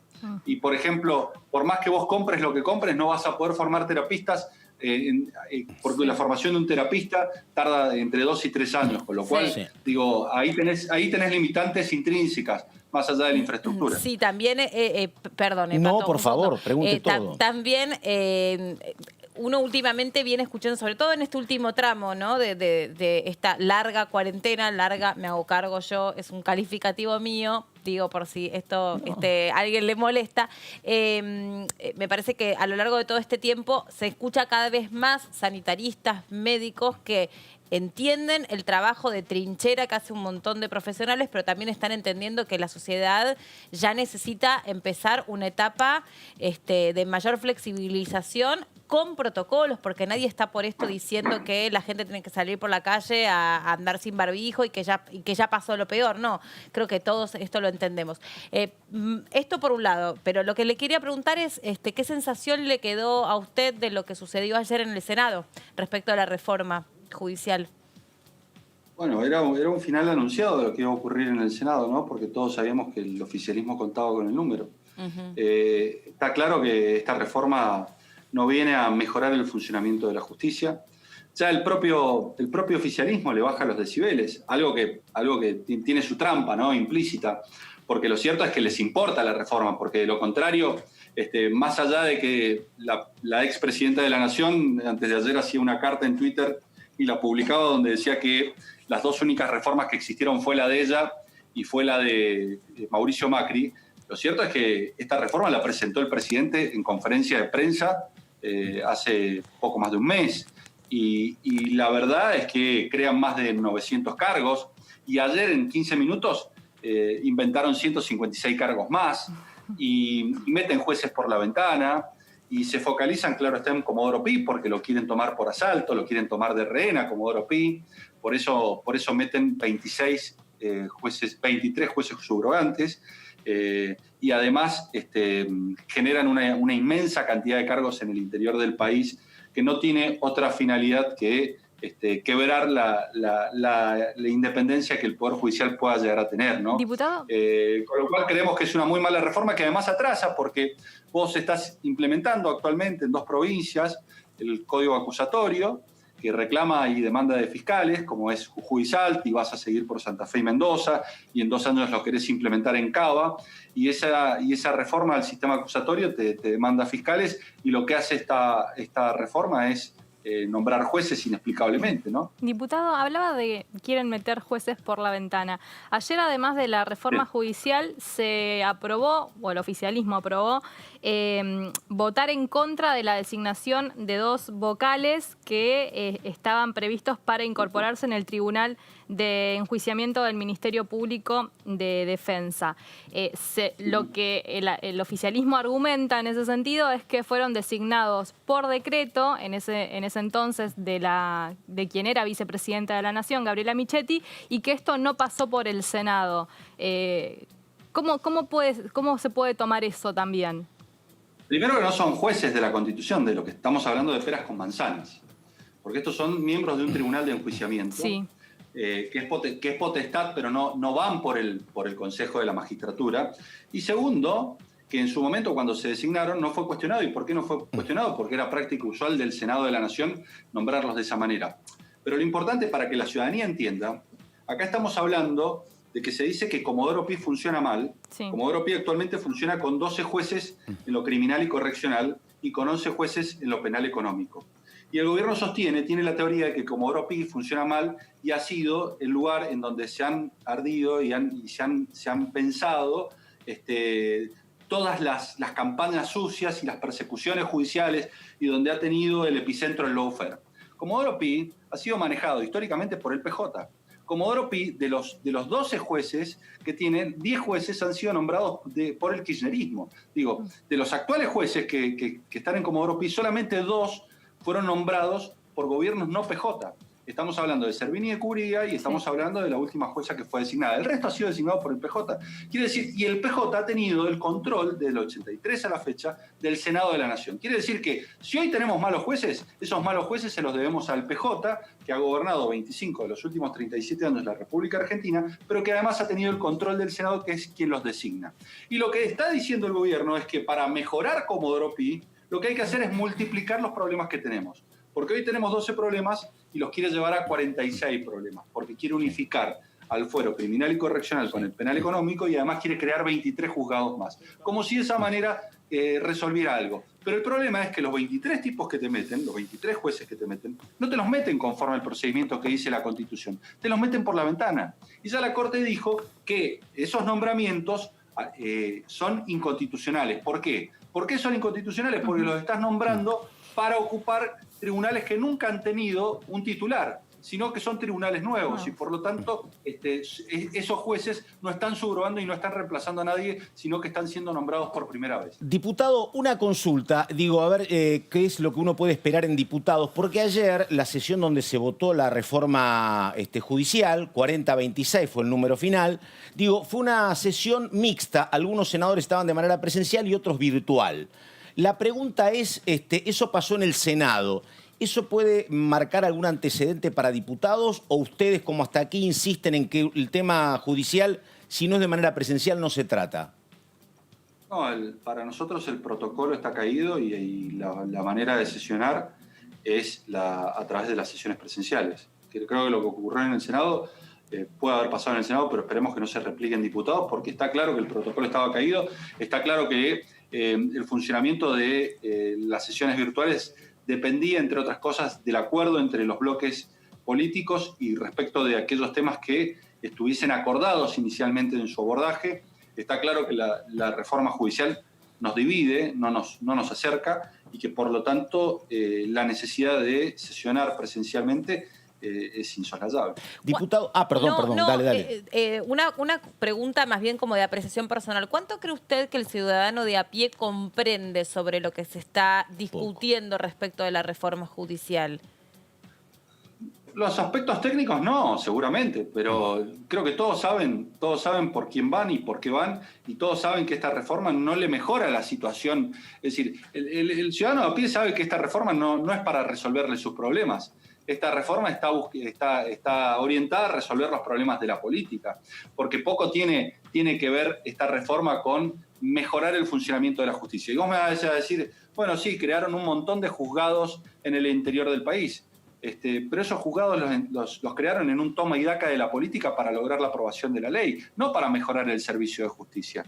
Cuando vos hablás en muchos lugares, por ejemplo, en el interior del país, lo que se necesitan no son juzgados penales, lo que se necesitan son juzgados contenciosos administrativos o civiles y comerciales para llevar, o mayor por ejemplo, los modernización.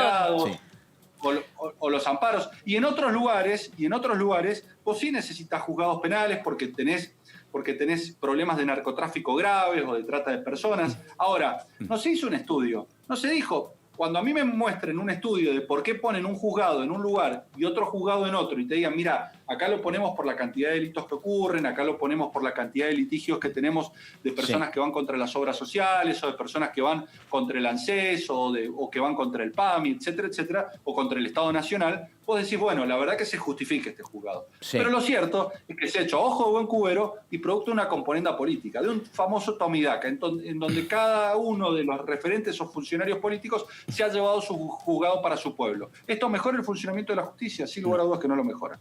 Y en definitiva, el interés del gobierno, por eso es lo único que no modificó, el interés del gobierno está en Comodoro Pi. Es decir, cuando vos ves el proyecto, se cambió absolutamente todo. Esto es, la unificación del foro civil y comercial con el contencioso administrativo se suprimió, se creó un tribunal medio raro, se crearon nuevos juzgados, nuevas cámaras. Ayer, en 15 minutos, se crearon 156 cargos. En Comodoro pide acá para adelante. No, ¿cómo Comodoro pide acá? En Comodoro pide acá para adelante, porque uno de los artículos establece que las causas quedan en los jueces originales. Bueno, a ver, ahí tenemos una pequeña diferencia. Porque fíjate lo que ocurre, que es interesante discutir, que se dice, sí, efectivamente, vos creás 23 juzgados que durante un año y medio van a ser los que van a receptar, o durante un año van a receptar las nuevas contra este gobierno, ¿no? Van a ir a esos 23 juzgados y jueces que no son nombrados conforme dice la Constitución y por lo tanto no tienen las garantías para desafiar e investigar al poder, sino que son jueces débiles. Y el resto, los 12 que tenías, le sacás la mitad de la estructura. Con lo cual, los vas a tener rengo investigando. Digo, vas a tener los 12 juzgados que estaban investigando las causas de corrupción, donde no se las vas a sacar, pero les vas a sacar la mitad de la estructura porque les sacás una de las secretarías.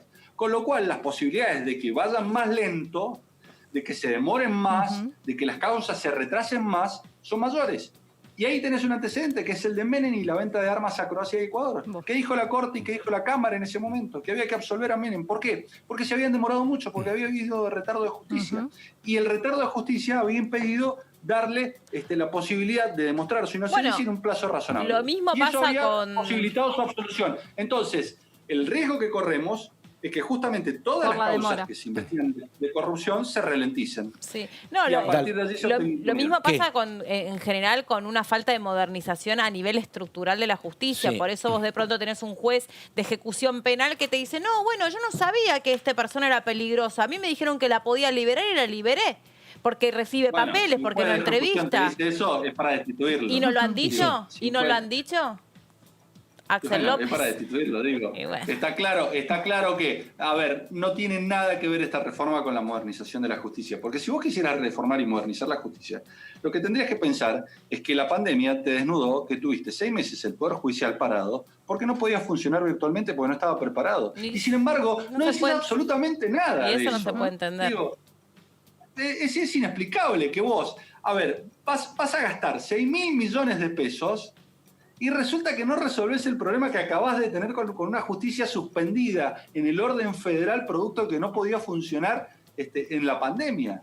Y no haces absolutamente nada para resolverlo. No estableces los procesos orales, no estableces los expedientes virtuales, no disponés que las oficinas a lo largo y a lo ancho del país cuenten con la red imprescindible para que puedan prestar servicio de justicia en cualquier circunstancia. Claro. Digo, estas cosas. Estás pensando en una justicia de hace 30 años y con las recetas que ya de alguna manera pergeñó el menemismo. El menemismo en su momento también echó mano a la multiplicación de los tribunales federales en Comodoro Pi y al aumento de los miembros de la Corte, por las mismas razones, porque estaba asediado en ese momento por causas de corrupción. Entonces, después fueron destituidos por juicio político del Congreso. De 6 a 12. Algunos. Bueno, no, los de Comodoro Pi no. Los de Comodoro Pi... los miembros de la Corte. El oficialismo habla de esta justicia. El oficialismo habla de esta justicia.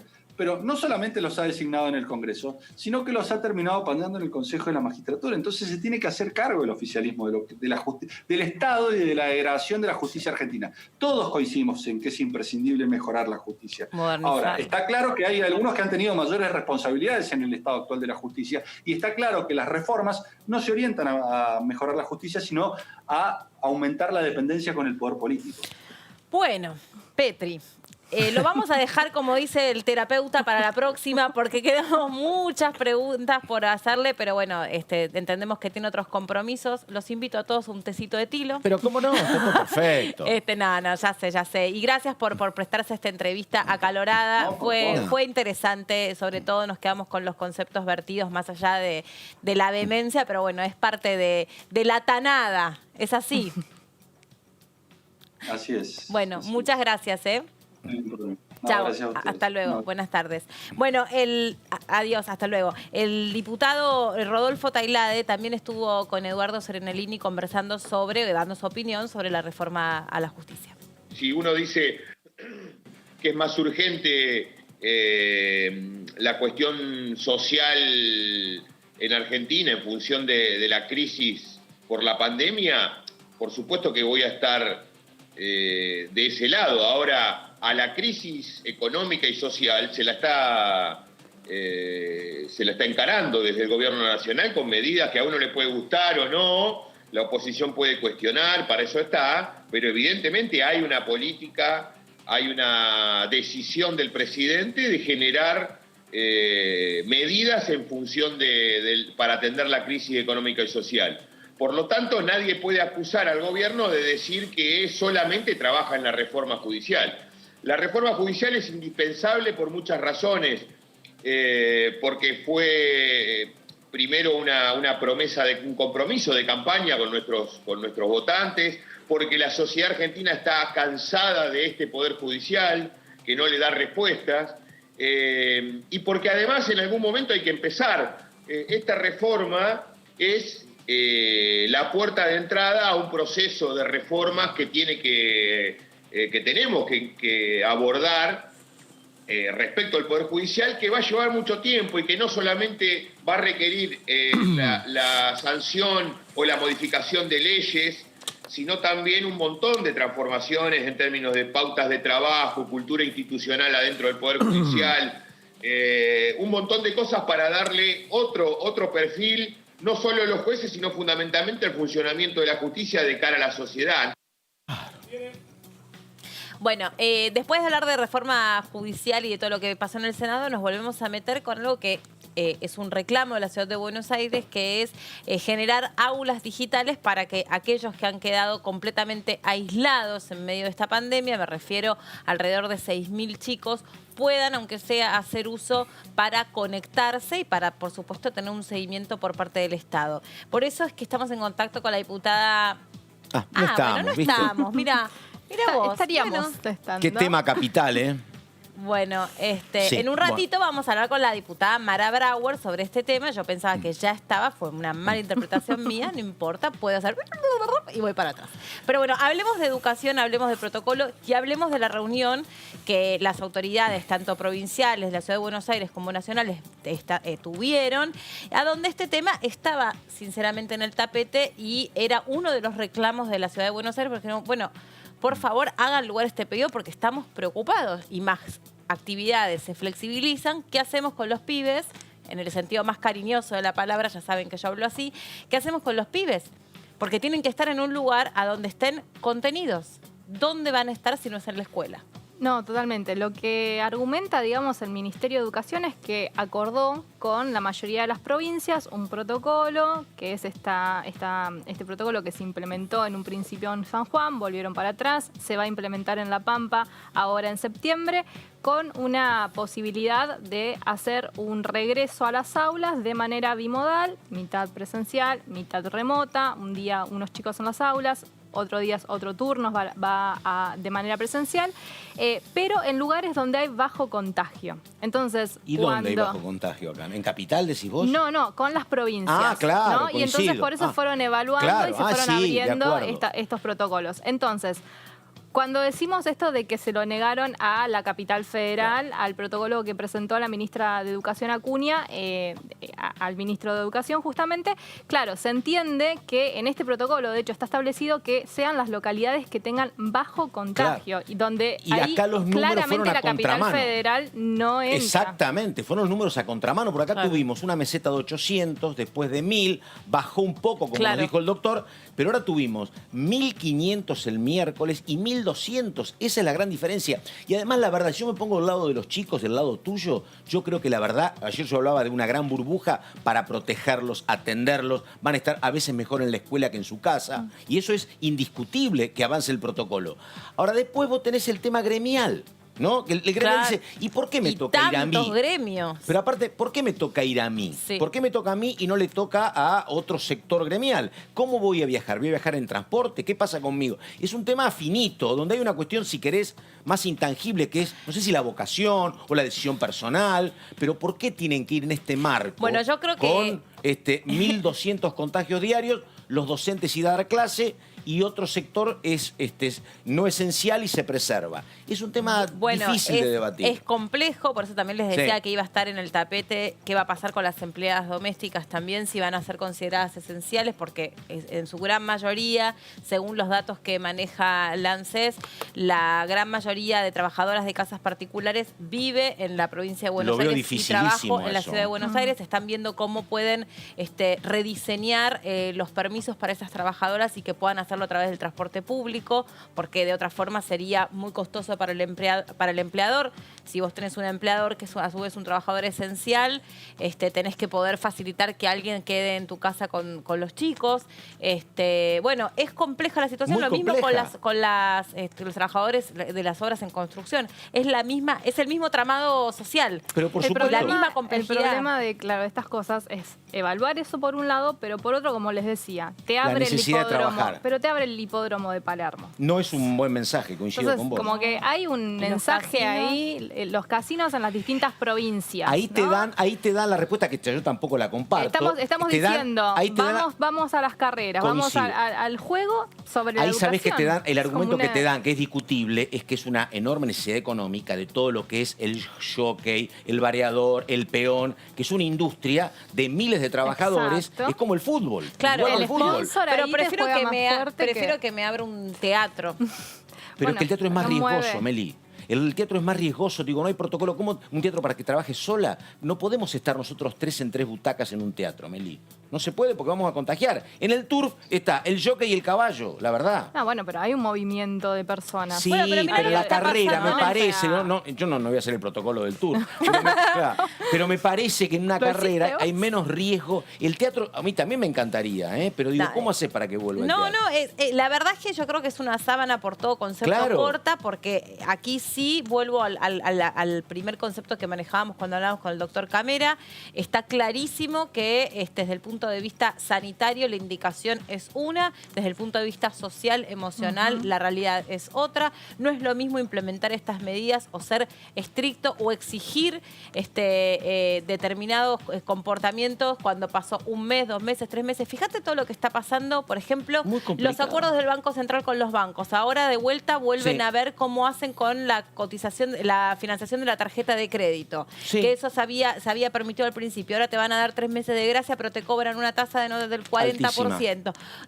Pero Meli, a ver, el tema albañilería sería bárbaro como motor para que encienda la economía. Bárbaro. La construcción siempre es fundamental. Pero te pregunto, un trabajador de la construcción que vive en un municipio del conurbano y viene acá, cuando viene, tiene que hacer 20 kilómetros, transporte público, si se contagia, tiene que ser atendido en un hospital del conurbano donde las camas están al 70%. Entonces, el intendente te dice, yo no quiero. Es muy complicado. Viste, yo sé, vos decías que la opción o sanitaria o economía había que salir de eso.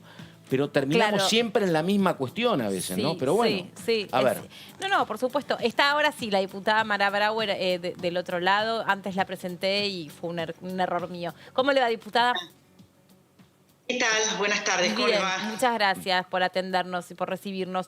Bueno, conversando sobre todos los temas que me parece forman parte de la mesa de todos los argentinos, ¿no? Comprender lo que los sanitaristas dicen, lo que están pidiendo, lo que la misma Carla Bisotti está diciendo respecto de, por favor, compórtense de tal o cual manera, hasta incluso de alguna manera reconociendo que hay algunos que tienen la mejor buena voluntad, pero ya llega a todo un nivel de saturación que hace que no se pueda cumplir tal cual uno lo espera. Y por otra parte la cuestión de las clases, del regreso a las clases. Sí, claro, bueno, los argentinos y las argentinas ya hace rato que estamos en cuarentena y eso obviamente genera tensiones, genera cuestiones en el ánimo. Hemos tenido muchísima apertura, de hecho lo vemos los fines de semana en las plazas, en el movimiento en las calles. Pero bueno, lo que tenemos que saber es que falta poquito, que tenemos que aguantar, estamos cerca de la vacuna. Ayer tuvimos una reunión en la Comisión de Salud, también estamos cerca del suero, que se está trabajando con caballos, un suero que podría curar la enfermedad, así que hay que tener paciencia. Le corrijo. No lo vamos a arruinar. Breve, porque justo ayer hablamos con un especialista, digamos que la parte del suero equino o el suero hiperinmune no sería curar, sino tratar la enfermedad, leo porque ya me lo aprendí esto, y la vacuna sí sería preventivo. Sí. Claro, la vacuna sería preventivo y el suero es para que una vez que ya estás infectado, curarte, digamos. Diputada... para que no te enfermes. Para que no te enfermes. Diputada, ¿cómo le va? Carlos Méndez la saluda. Buenas tardes. Yo sabe que creo... Bien. Yo sabe que creo que me parece que ahí hay un tema, porque usted dijo... Y mire que yo estoy cerca de el discurso que dice prolonguemos la cuarentena porque salir es muy complicado. Pero yo creo que ahí hay un problema en el discurso oficial porque usted dice falta poquito. ¿Y sabe qué pasa, diputada? Que no falta poquito. Faltan 5 meses y venimos de 6 meses. Ese es el tema donde yo creo que hay un problema. Porque usted tiene razón tal vez de manera escéptica, pero 5 meses no es que no es que usted me dice esperemos hasta la semana que viene que está la vacuna. Sigman dijo a lo mejor está en abril. Ese es el tema. Yo la entiendo, usted quiere, es viernes, pone un poco de buena onda, pero no es que falte un poquito, falta un montón, diputada, me parece. ¿O no? No digo para terminar con el problema, y estoy de acuerdo con vos. Digo que, bueno, hemos visto en otros países que las curvas bajan, con cuidado Europa está teniendo una vida más normal, con cuidado. Con cuidado, van y vienen, van y vienen. Hacia atrás. Pero si vos te guías por el tiempo de Europa, en el periodo que ellos ahora están en el riesgo de volver, nosotros ya estaríamos llegando al tiempo de la vacuna. Así que en ese sentido soy optimista. Para tratar de ver el vaso medio lleno. Sí. Así de sincera soy.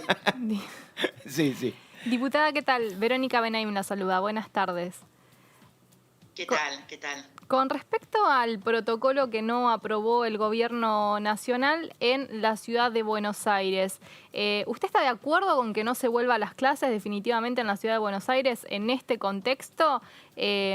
¿O cree que podría haber algún tipo de flexibilidad o cómo se podría trabajar de alguna forma con la cantidad de chicos que se han detectado que no están asistiendo a la modalidad de educación bajo estos términos en los que se está trabajando? Bueno, a ver, es un tema complejo. Para que entiendan con quién están hablando, a diferencia de muchos compañeros míos, yo cuando lo escuché por primera vez a Larreta, digo, qué interesante esto que está planteando, no me enojé de entrada, digamos. Vieron que muchos compañeros míos lo rechazaron de entrada. Yo dije, qué interesante. También era antes de estos picos que está habiendo de 10.000 contagios. Sí. Porque la verdad que es muy preocupante la tragedia educativa que estamos viviendo, ¿no? Fundamentalmente para los chicos más vulnerables en el sentido amplio de la palabra. Porque sabemos que muchos de los chicos que no se conectaron no es solamente por tema de conectividad, hay muchos pibes que padecen situaciones de violencia en sus familias, que la familia está absolutamente ausente y no por temas económicos. Y hay un montón de chicos que están en su casa en una situación de vulnerabilidad que no sabemos qué está pasando y eso me preocupa muchísimo. Y también me preocupa muchísimo que los chicos que más dificultades tienen en los aprendizajes por el tema del capital cultural familiar, más los recursos tecnológicos, etcétera, etcétera, estén más atrasados todavía de lo que ya históricamente están más atrasados. Entonces, obviamente, comparto las políticas focalizadas para ese sector de alumnos.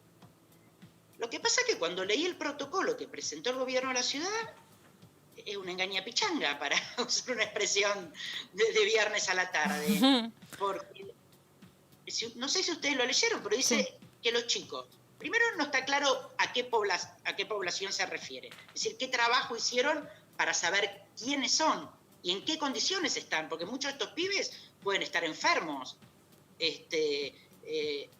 ¿A dónde viven estos chicos? ¿Viven cerca de las escuelas o viven lejos? ¿Cómo van a llegar? ¿En colectivo? ¿Los va a traer los padres en colectivo? Eso no se puede. ¿Cómo van a viajar los docentes? No hay nada de todo eso. Y después, fundamentalmente, lo que no hay nada en ese planteo es nada pedagógico.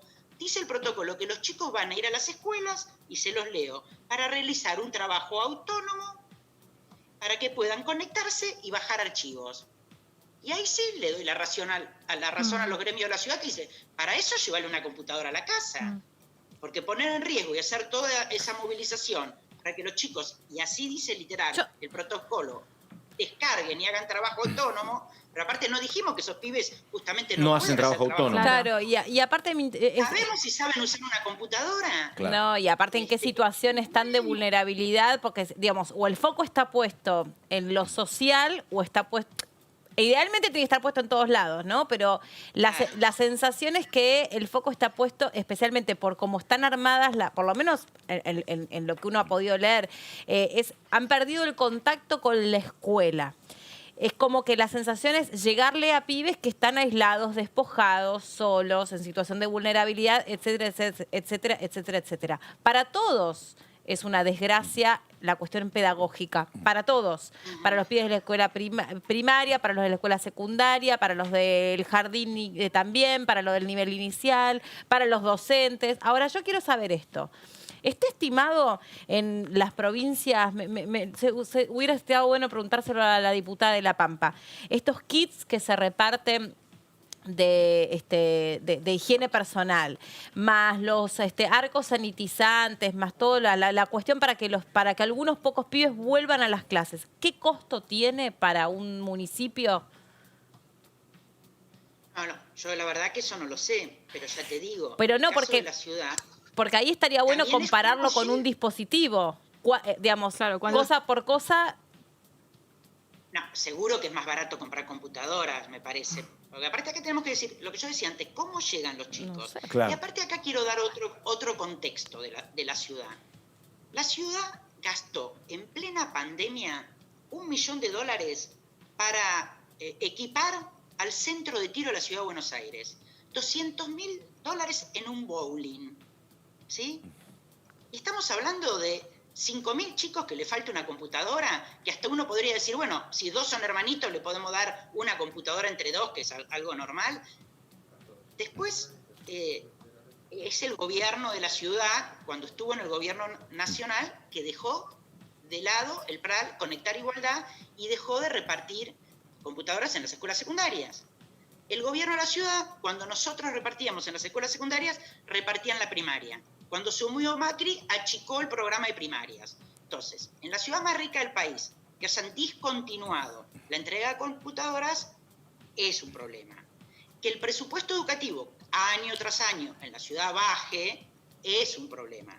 Y que tengan estos gastos superfluos, como equipar un tiro. Lo que pasa que... Esto, y otra cosa más que te quiero decir. A ver, pasaron 6 meses. La ciudad hizo algo muy bueno, por ejemplo. Los 350.000 jubilados que tienen problemas de acceder a derechos, digamos, se les pusieron voluntarios para que les haga un seguimiento. A 350.000 jubilados. Los felicito. ¿Qué le ocurrió? Poner para estos 6.000 pibes alguien que se acerque a casa, no llegar a esta situación. Es decir, es muy complejo. Por eso pero sí, pero ahí también tenés otro, me parece, también hay otro problema, que esos menores están a cargo, desde el punto de vista legal, a cargo de un adulto, de un padre, madre o tutor. Sí. Entonces yo no sé, desde el punto de vista del voluntariado, si un pibe está bajo una situación de violencia y está privado de sus derechos, me imagino que también no debe ser tan fácil el acceso para que una persona extraña le pueda brindar un salvataje al chico que ha quedado desprotegido por todo concepto. Pero bueno, la verdad es que... Digamos, es comprensible, sí, ese es un camino y es comprensible la observación desde ya. Ahora también me pregunto, tampoco resolvés todos los problemas dejándole al pibe una computadora en la casa. ¿Tiene conectividad ese chico? Claro. No, claro. ¿O está juntando cartón? Sí. No, tía, claro, por eso a mí de entrada... Le parecía bien este tema de traerlos a los chicos. Ahora, si es traerlos para que descarguen archivos de manera autónoma en la escuela, para eso digo, no, entonces dale la computadora. Pero yo estoy de acuerdo que esos chicos necesitan una atención focalizada, sea presencial, si se puede sanitariamente, o poniéndole docentes especiales, digamos, llevarle la computadora, y en los barrios, ustedes saben que el aislamiento en los barrios no es por casa. Claro, es por barrio. Sí.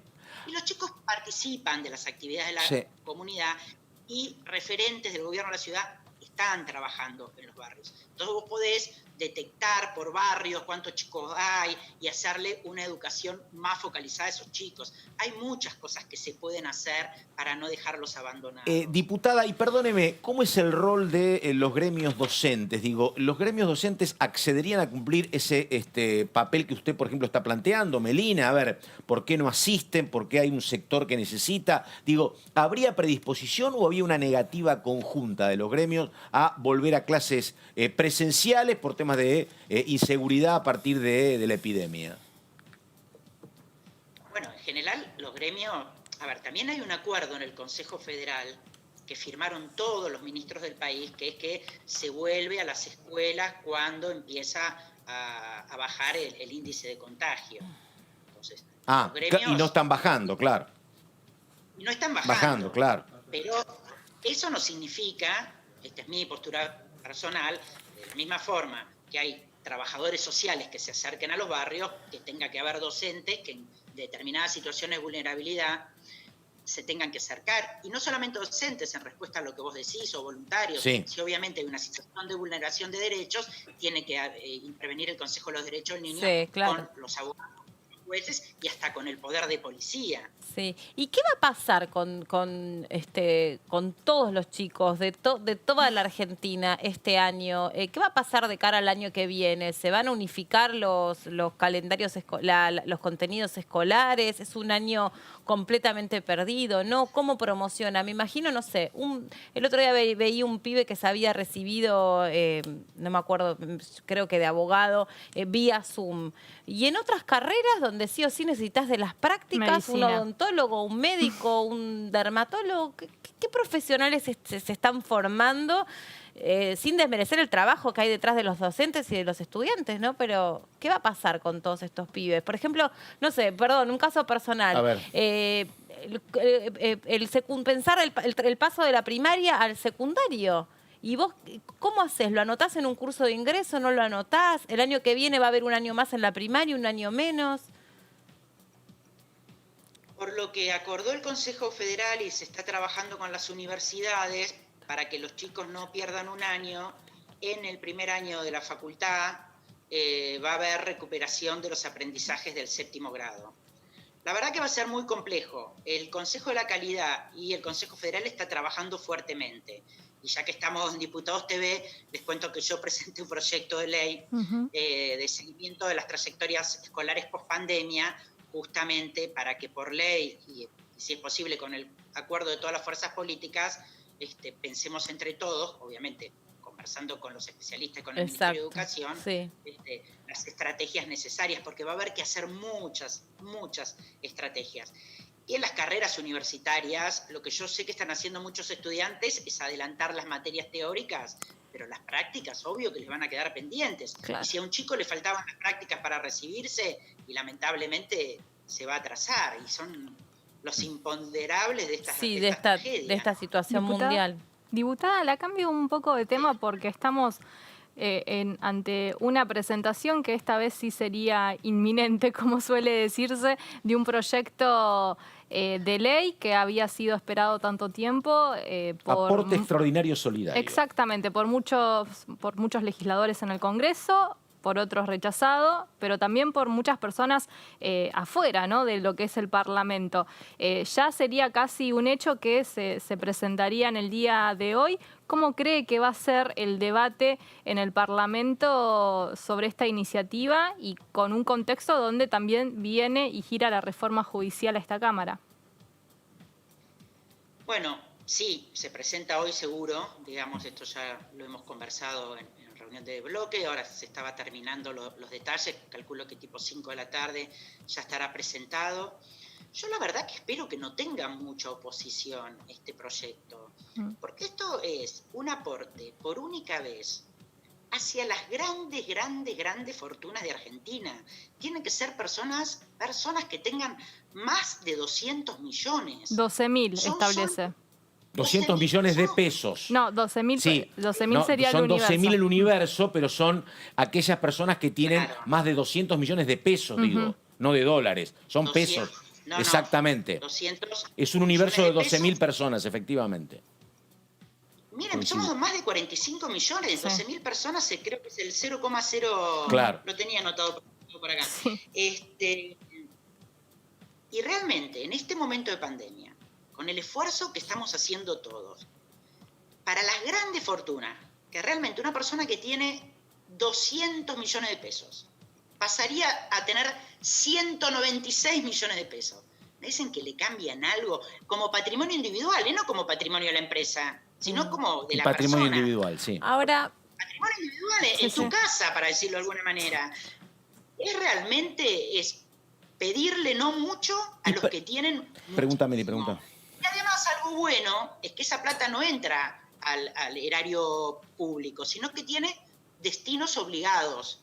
¿Sí? Ya se sabe para qué se va a usar esa plata. Equipamiento médico, pymes, todo lo que tiene que ver. Equipamiento médico. Plan de hambre también. Ayudar a las pymes con subsidios para que no se pierdan empleo. Hablando de educación, becas Progresar. Progresar, sí. Y perdóneme, diputada, lo que gas. tengo como información, la consulto, es que había en alguna reunión de Zoom del bloque, que hubo reunión la semana pasada, había como una demanda muy importante de varios de ustedes pidiendo que esto se avanzara. ¿Es así, diputada? En realidad, desde el primer día que venimos pidiendo que se avance. Allá por abril. Claro. Está bien. Ahora Pero bueno, obviamente que no todos tenemos las mismas responsabilidades y el bloque y el presidente de la Cámara entiende los tiempos. Me parece que querían el acuerdo con el fondo primero, me parece. El acuerdo con los acreedores, me parece, claro.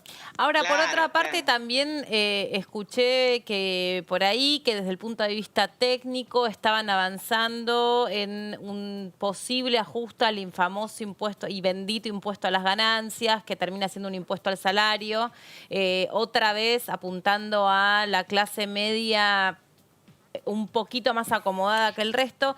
Digo, lo del impuesto a las ganancias, el impuesto a la riqueza, Sí. me parece absolutamente oportuno y necesario, pero digo, ¿no hay algún plan un poco más creativo que no sea pegarle siempre a la clase media que trabaja y que hace lo imposible para generar un mango más? No, pero es que lo único que hay es el impuesto a las grandes riquezas. Lo Sí. demás son todos rum de los diarios. Son rumores. Hoy, mira, acaba de terminar la reunión de Está bloque. bien. Sí. Se dijo claramente lo que ahora es el impuesto a las grandes fortunas. Y después se vendrá una reforma tributaria para hacer todo lo contrario. Para que nuestro sistema tributario paguen los que más tienen Sí. y no terminen pagando, como vos bien decís, más la clase media que las grandes fortunas. Claro, porque cada vez uno escucha más una clase media que ha logrado, a fuerza de trabajo y a fuerza de compromiso con su profesión, con su negocio, generar un mango, un ahorro. Y a veces en este país no te conviene trabajar de más, porque después lo terminás, te lo terminan quitando en impuestos. No, es una locura. Mira, mi hermana es médica, que es el típico ejemplo de las guardias que al final terminan no haciendo para que no se te vaya en el impuesto. No, hay que hacer una reforma impositiva gradual y equitativa. Claro. Y no es la clase media el lugar de donde sacar recursos, eso claramente. Diputada, perdóneme, una cuestión también que tiene que ver con la reunión de bloque. Seguramente al tema lo tocaron. Desde el viernes pasado hay un decreto en torno a la declaración como servicio público de Internet, la telefonía celular y la TV paga. Digo, que tiene afectados concretos. Le pregunto, ¿ustedes estiman que usted habló de los medios que habían publicado de un impuesto que hubo que desmentir por parte del gobierno? ¿Ustedes estiman que lo que es ya una convivencia complicada se pueden realizar más entre algunos medios y el gobierno a partir del decreto del viernes o no? La verdad que esperemos que no, pero mucha confianza no tengo. Acá hay grupos concentrados que quieren seguir ganando y seguir ganando, como lo que pensaban hacer ahora. Por segunda vez en pandemia iban a aumentar la tarifa de los servicios de Internet. Es una locura. Las empresas en la pandemia ganaron más, porque más gente pidió subirse a planes más caros, porque más gente se suscribió. Entonces, porque la distancia hace que uno hable más por teléfono, porque que uno consigue, obviamente. Ahora, igual una cosa hablando de tarifas, no sé si están al tanto, pero hay mucho... No sé si la que me llegó del gas me mató. Que ya aumentaron antes. La tarifa del gas, están hablando de aumentos que a veces ha triplicado la factura anterior. No, inclusive en algunas compañías de Internet aumentaron antes, aumentaron no igual. Sí. ¿Y no estaba congelado? No, a ver, la verdad que no, a mí me llegó de la compañía que yo estoy que me aumentaban a partir de septiembre y ese aumento no tiene que estar. Y antes de esto estaba congelado, así que a aquellos que le hayan aumentado cualquier servicio hay que denunciarlo. Ustedes saben que las telefónicas y los servicios de cable están en el tope de las denunciadas en defensa al consumidor. Son empresas muy abusadoras en esto. Total. Y realmente declararlo servicio público y servicio público en competencia. No es que el gobierno va a fijar una tarifa. Claro. La tarifa la van a fijar estas en competencia. Lo que va a hacer el gobierno es supervisarla. Yo el ejemplo que pongo, obviamente, si alguien que fabrica un whisky lo quiere aumentar y cobrar un whisky $1.000, el Estado no se tiene por qué meter, porque no es un servicio esencial el whisky. Ahora, si vos tenés algo que es esencial, ya a esta altura, para el trabajo, para la educación, para la salud, para toda la vida cotidiana, no podés poner cualquier tarifa.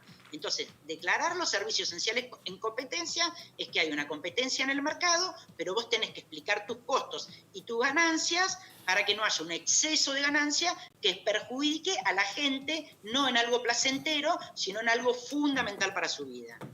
Diputada Brauer, gracias por este tiempo con nosotros y por haber conversado hasta de la tarifa que le llegó, hasta la tarifa que le llegó de gas. Gracias. Y tiene una hermana médica. Y tiene una hermana médica y bueno, sobre todas las Qué cosas. monotributista. La verdad que esto es interesante, porque en definitiva los diputados, está bueno que tengan esta percepción de lo que le sucede al ciudadano de a pie, porque ese es el trabajo.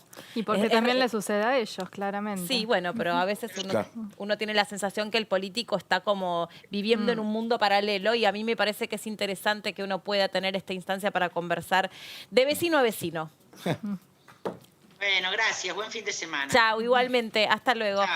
Bueno, hemos conversado de todo. De todo. Nos hemos ido así, para arriba, para abajo. Pero bueno, muy siempre... bien. No, aparte información importante, la verdad. Sí. Entre lo de esta madrugada con la reforma judicial y esto del aporte extraordinario solidario, vienen días intensos. Sí. Y Meli, querida. también lo que se vienen algunas otras discusiones. Ley de turismo se va a estar debatiendo también, y pesca ilegal entra en los posibles debates de los próximos días, sí.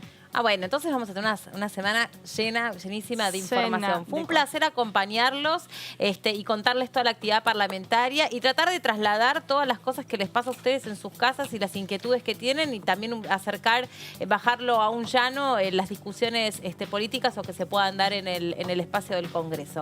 Nos vamos a reencontrar la semana que viene. Gracias por haber estado ahí del otro lado y será hasta la próxima. Más calma el lunes, te pido. Sí, mira, te hicieron así. Hasta la próxima. Chao.